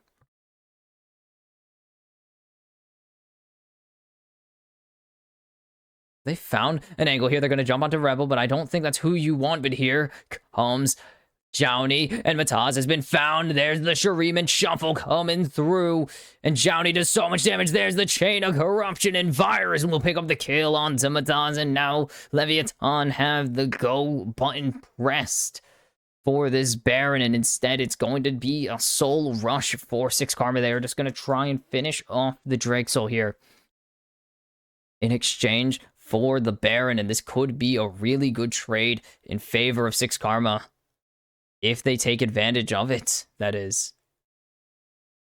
And they will get the soul, but the question is, will they be able to take full advantage of it? Because they need to end up in a positive position. They need to make this Baron power play as ineffective as they can. If this Baron power play is too effective, it is just not happening for them. Man, we're even looking at the Smolder, and I can't see what the Smolder stacks are. Come on, guys. I'm assuming it's 200 something. There's 300 CS on the Smolder. I'm assuming it's 200 something, right? There's no way it's not.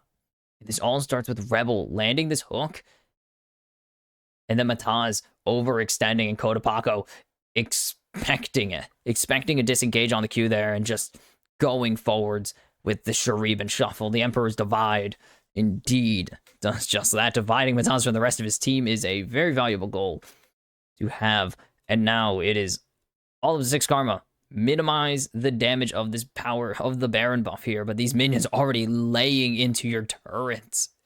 Already laying into the tier 2. And Zhaoni is laying into the tier 2 himself in mid lane. And it's just Kodapako babysitting this minion. Making sure that there is a minion to do damage constantly to the turret, and now they're split 3-2 as the tier 2 in top lane will fall as well. Now 5 Kid takes a ton of damage. Yep, okay, so that is fully stacked. Don't know the exact number. That is a lot of stacks because the execute is there. And there's still so much damage coming through onto these turrets right now, and that is what's so important. Zhaoni can win any 1v1 right now. Any 1v1 someone picks with them, Zhaoni's winning it. And that's the issue. That is the key problem right now with 6 Karma. is that they need multiple members to fight Zhao, and there goes Mom, but Mom does nothing, barely damaging the wave because of the Baron Empower, or the Baron buff, and doesn't even damage Kodapako because of the shield from the Trigger Seed. And that's going to be the top inhib down, and this is just going to be Leviathan rotating to mid lane now. Leviathan just going to rotate to mid, and they're just going to try and take this. And there's the corruption. The Chain of Corruption lands. 5-Kid will be blocked by Rebel, but does he have the defense forward? Will be able to dodge away in the end. Kodapako is going to tank up this turret and take out the tier 3. Take out this inhib turret in mid. Now they're on to the inhibitor. I'll say looking for a flank angle, but it's not looking very nice for him.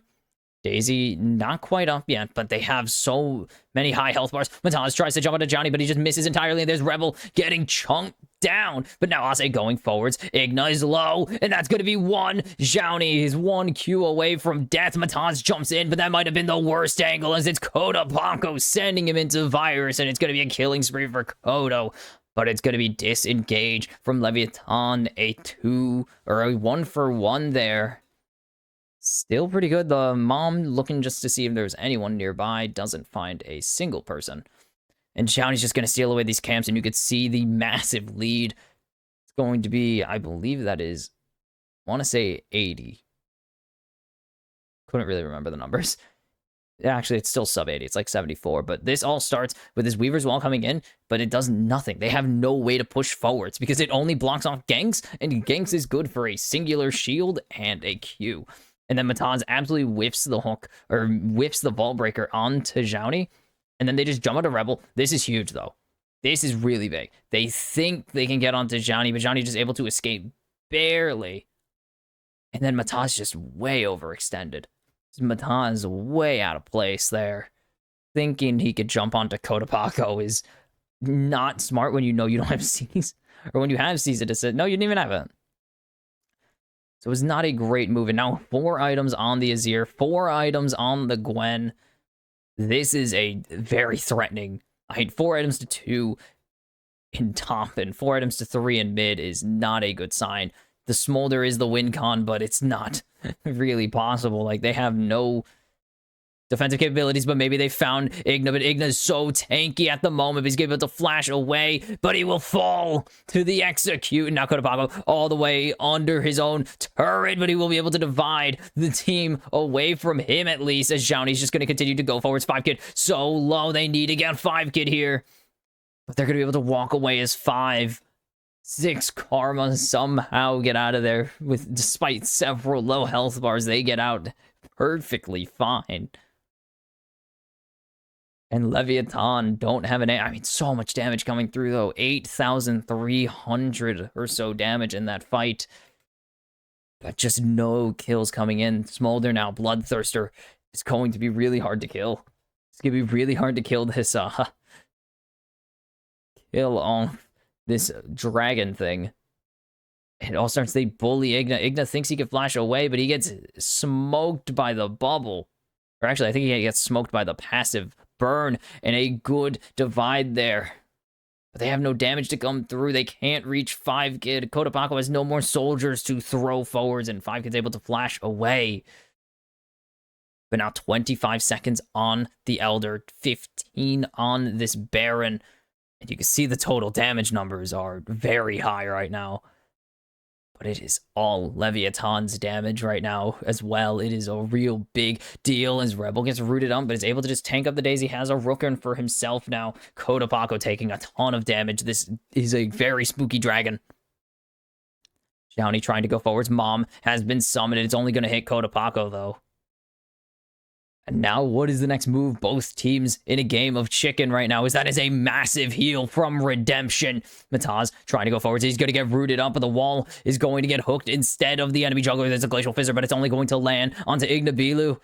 And now that's a huge Q. But Kodapako gets a nice pair of airborns, and there goes The Emperor's divided. They shut down for ganks now as they are going forwards. Ase is in a very bad situation right now, though, as he has 4 lined up around them, and he has fallen. Kodo is chasing 5Kid to make sure there is no recall possible for the Dragon Child. It is just a Vi against all of Leviathan, and it does not seem like the odds are in their favor.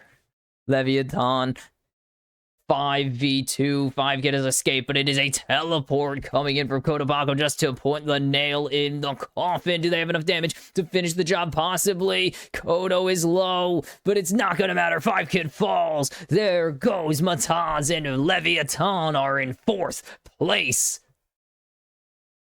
A tense game is a tense game results in Leviathan's tightest fight of the season by far.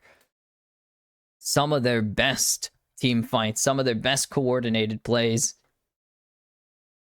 And they will send 6 Karma to 1 and 7. They will send 6 Karma into 7th place, where tomorrow means everything for this team. And it is all the better for Leviathan as they take their spot in the upper bracket for now. But that is only for a little bit as All Knights play tomorrow as they take their bow here. But All Knights play tomorrow, Leviathan don't, so they will see what the outcome is then, and then come back next week to play their final 2 games of the season. But that is a brutal way to lose for 6 Karma. Just did not feel like they were playing super hot. But they had some moments. There were a lot of moments where it seemed like 6 Karma were gonna win this game. I mean, I say they didn't find the fights, but they did have several fights where it seemed like something was going to go their way, where they were going to find the moment that they could win, but it just doesn't come through in the end. And it does. Just the superior team play of Leviathan, and that just comes to put an end to the dream of possibly coming in and forcing a game 3. It was such a nice start for them as well. They just don't find the angle. They don't find enough of the fights. They don't find the picks. And by the end, Xiaoni is too damn fed. Kodapako is too damn fed to be put down by anyone, let alone even 5Kid, who was putting in some work in that late game with those executes. And so 6 Karma take their place in last for the time being. And Leviathan take their place in 4th. But there's still plenty of time to turn it around with 5 game days to go. We enter tomorrow, Infinity versus 6 Karma. The winner will take sole control of 6th place and put the odds in their favor to make playoffs. And Rainbow 7 face All Knights. With a win, Rainbow 7 will guarantee themselves 2nd place, even though it's pretty much already guaranteed. But they will for certain be 2nd place in the league. If All Knights win, they regain control of 4th place once again over Leviathan.